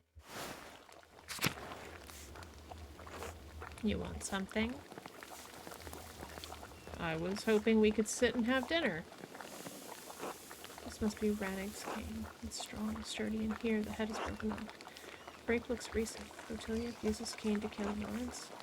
Otilia, your husband's cane is broken. Do you remember how that happened? How should I know? Everything in here is broken and falling apart. The head broke off at some point. I don't remember how. Right. Ha!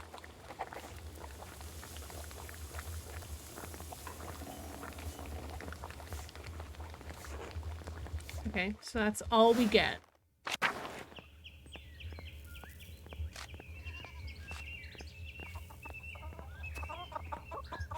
Johann Bauer Farm.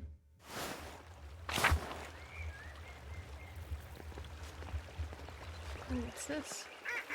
We can't go down there, okay.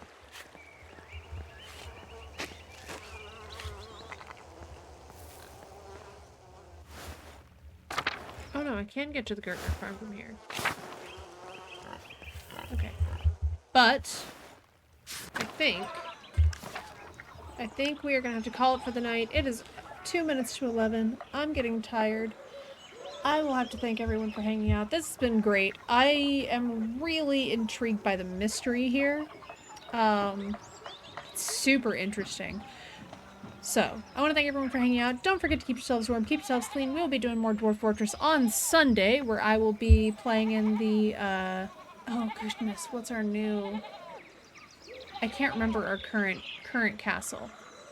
Or our current fortress. Anyway, I'll be playing more Dwarf Fortress on Sunday, where you can come hang out with me then. Thank you so much for hanging out tonight. I hope y'all have a wonderful rest of your week. I'll see you in a couple days. Stay clean, stay warm, stay dry. stay healthy, and I will see you next time. Bye bye.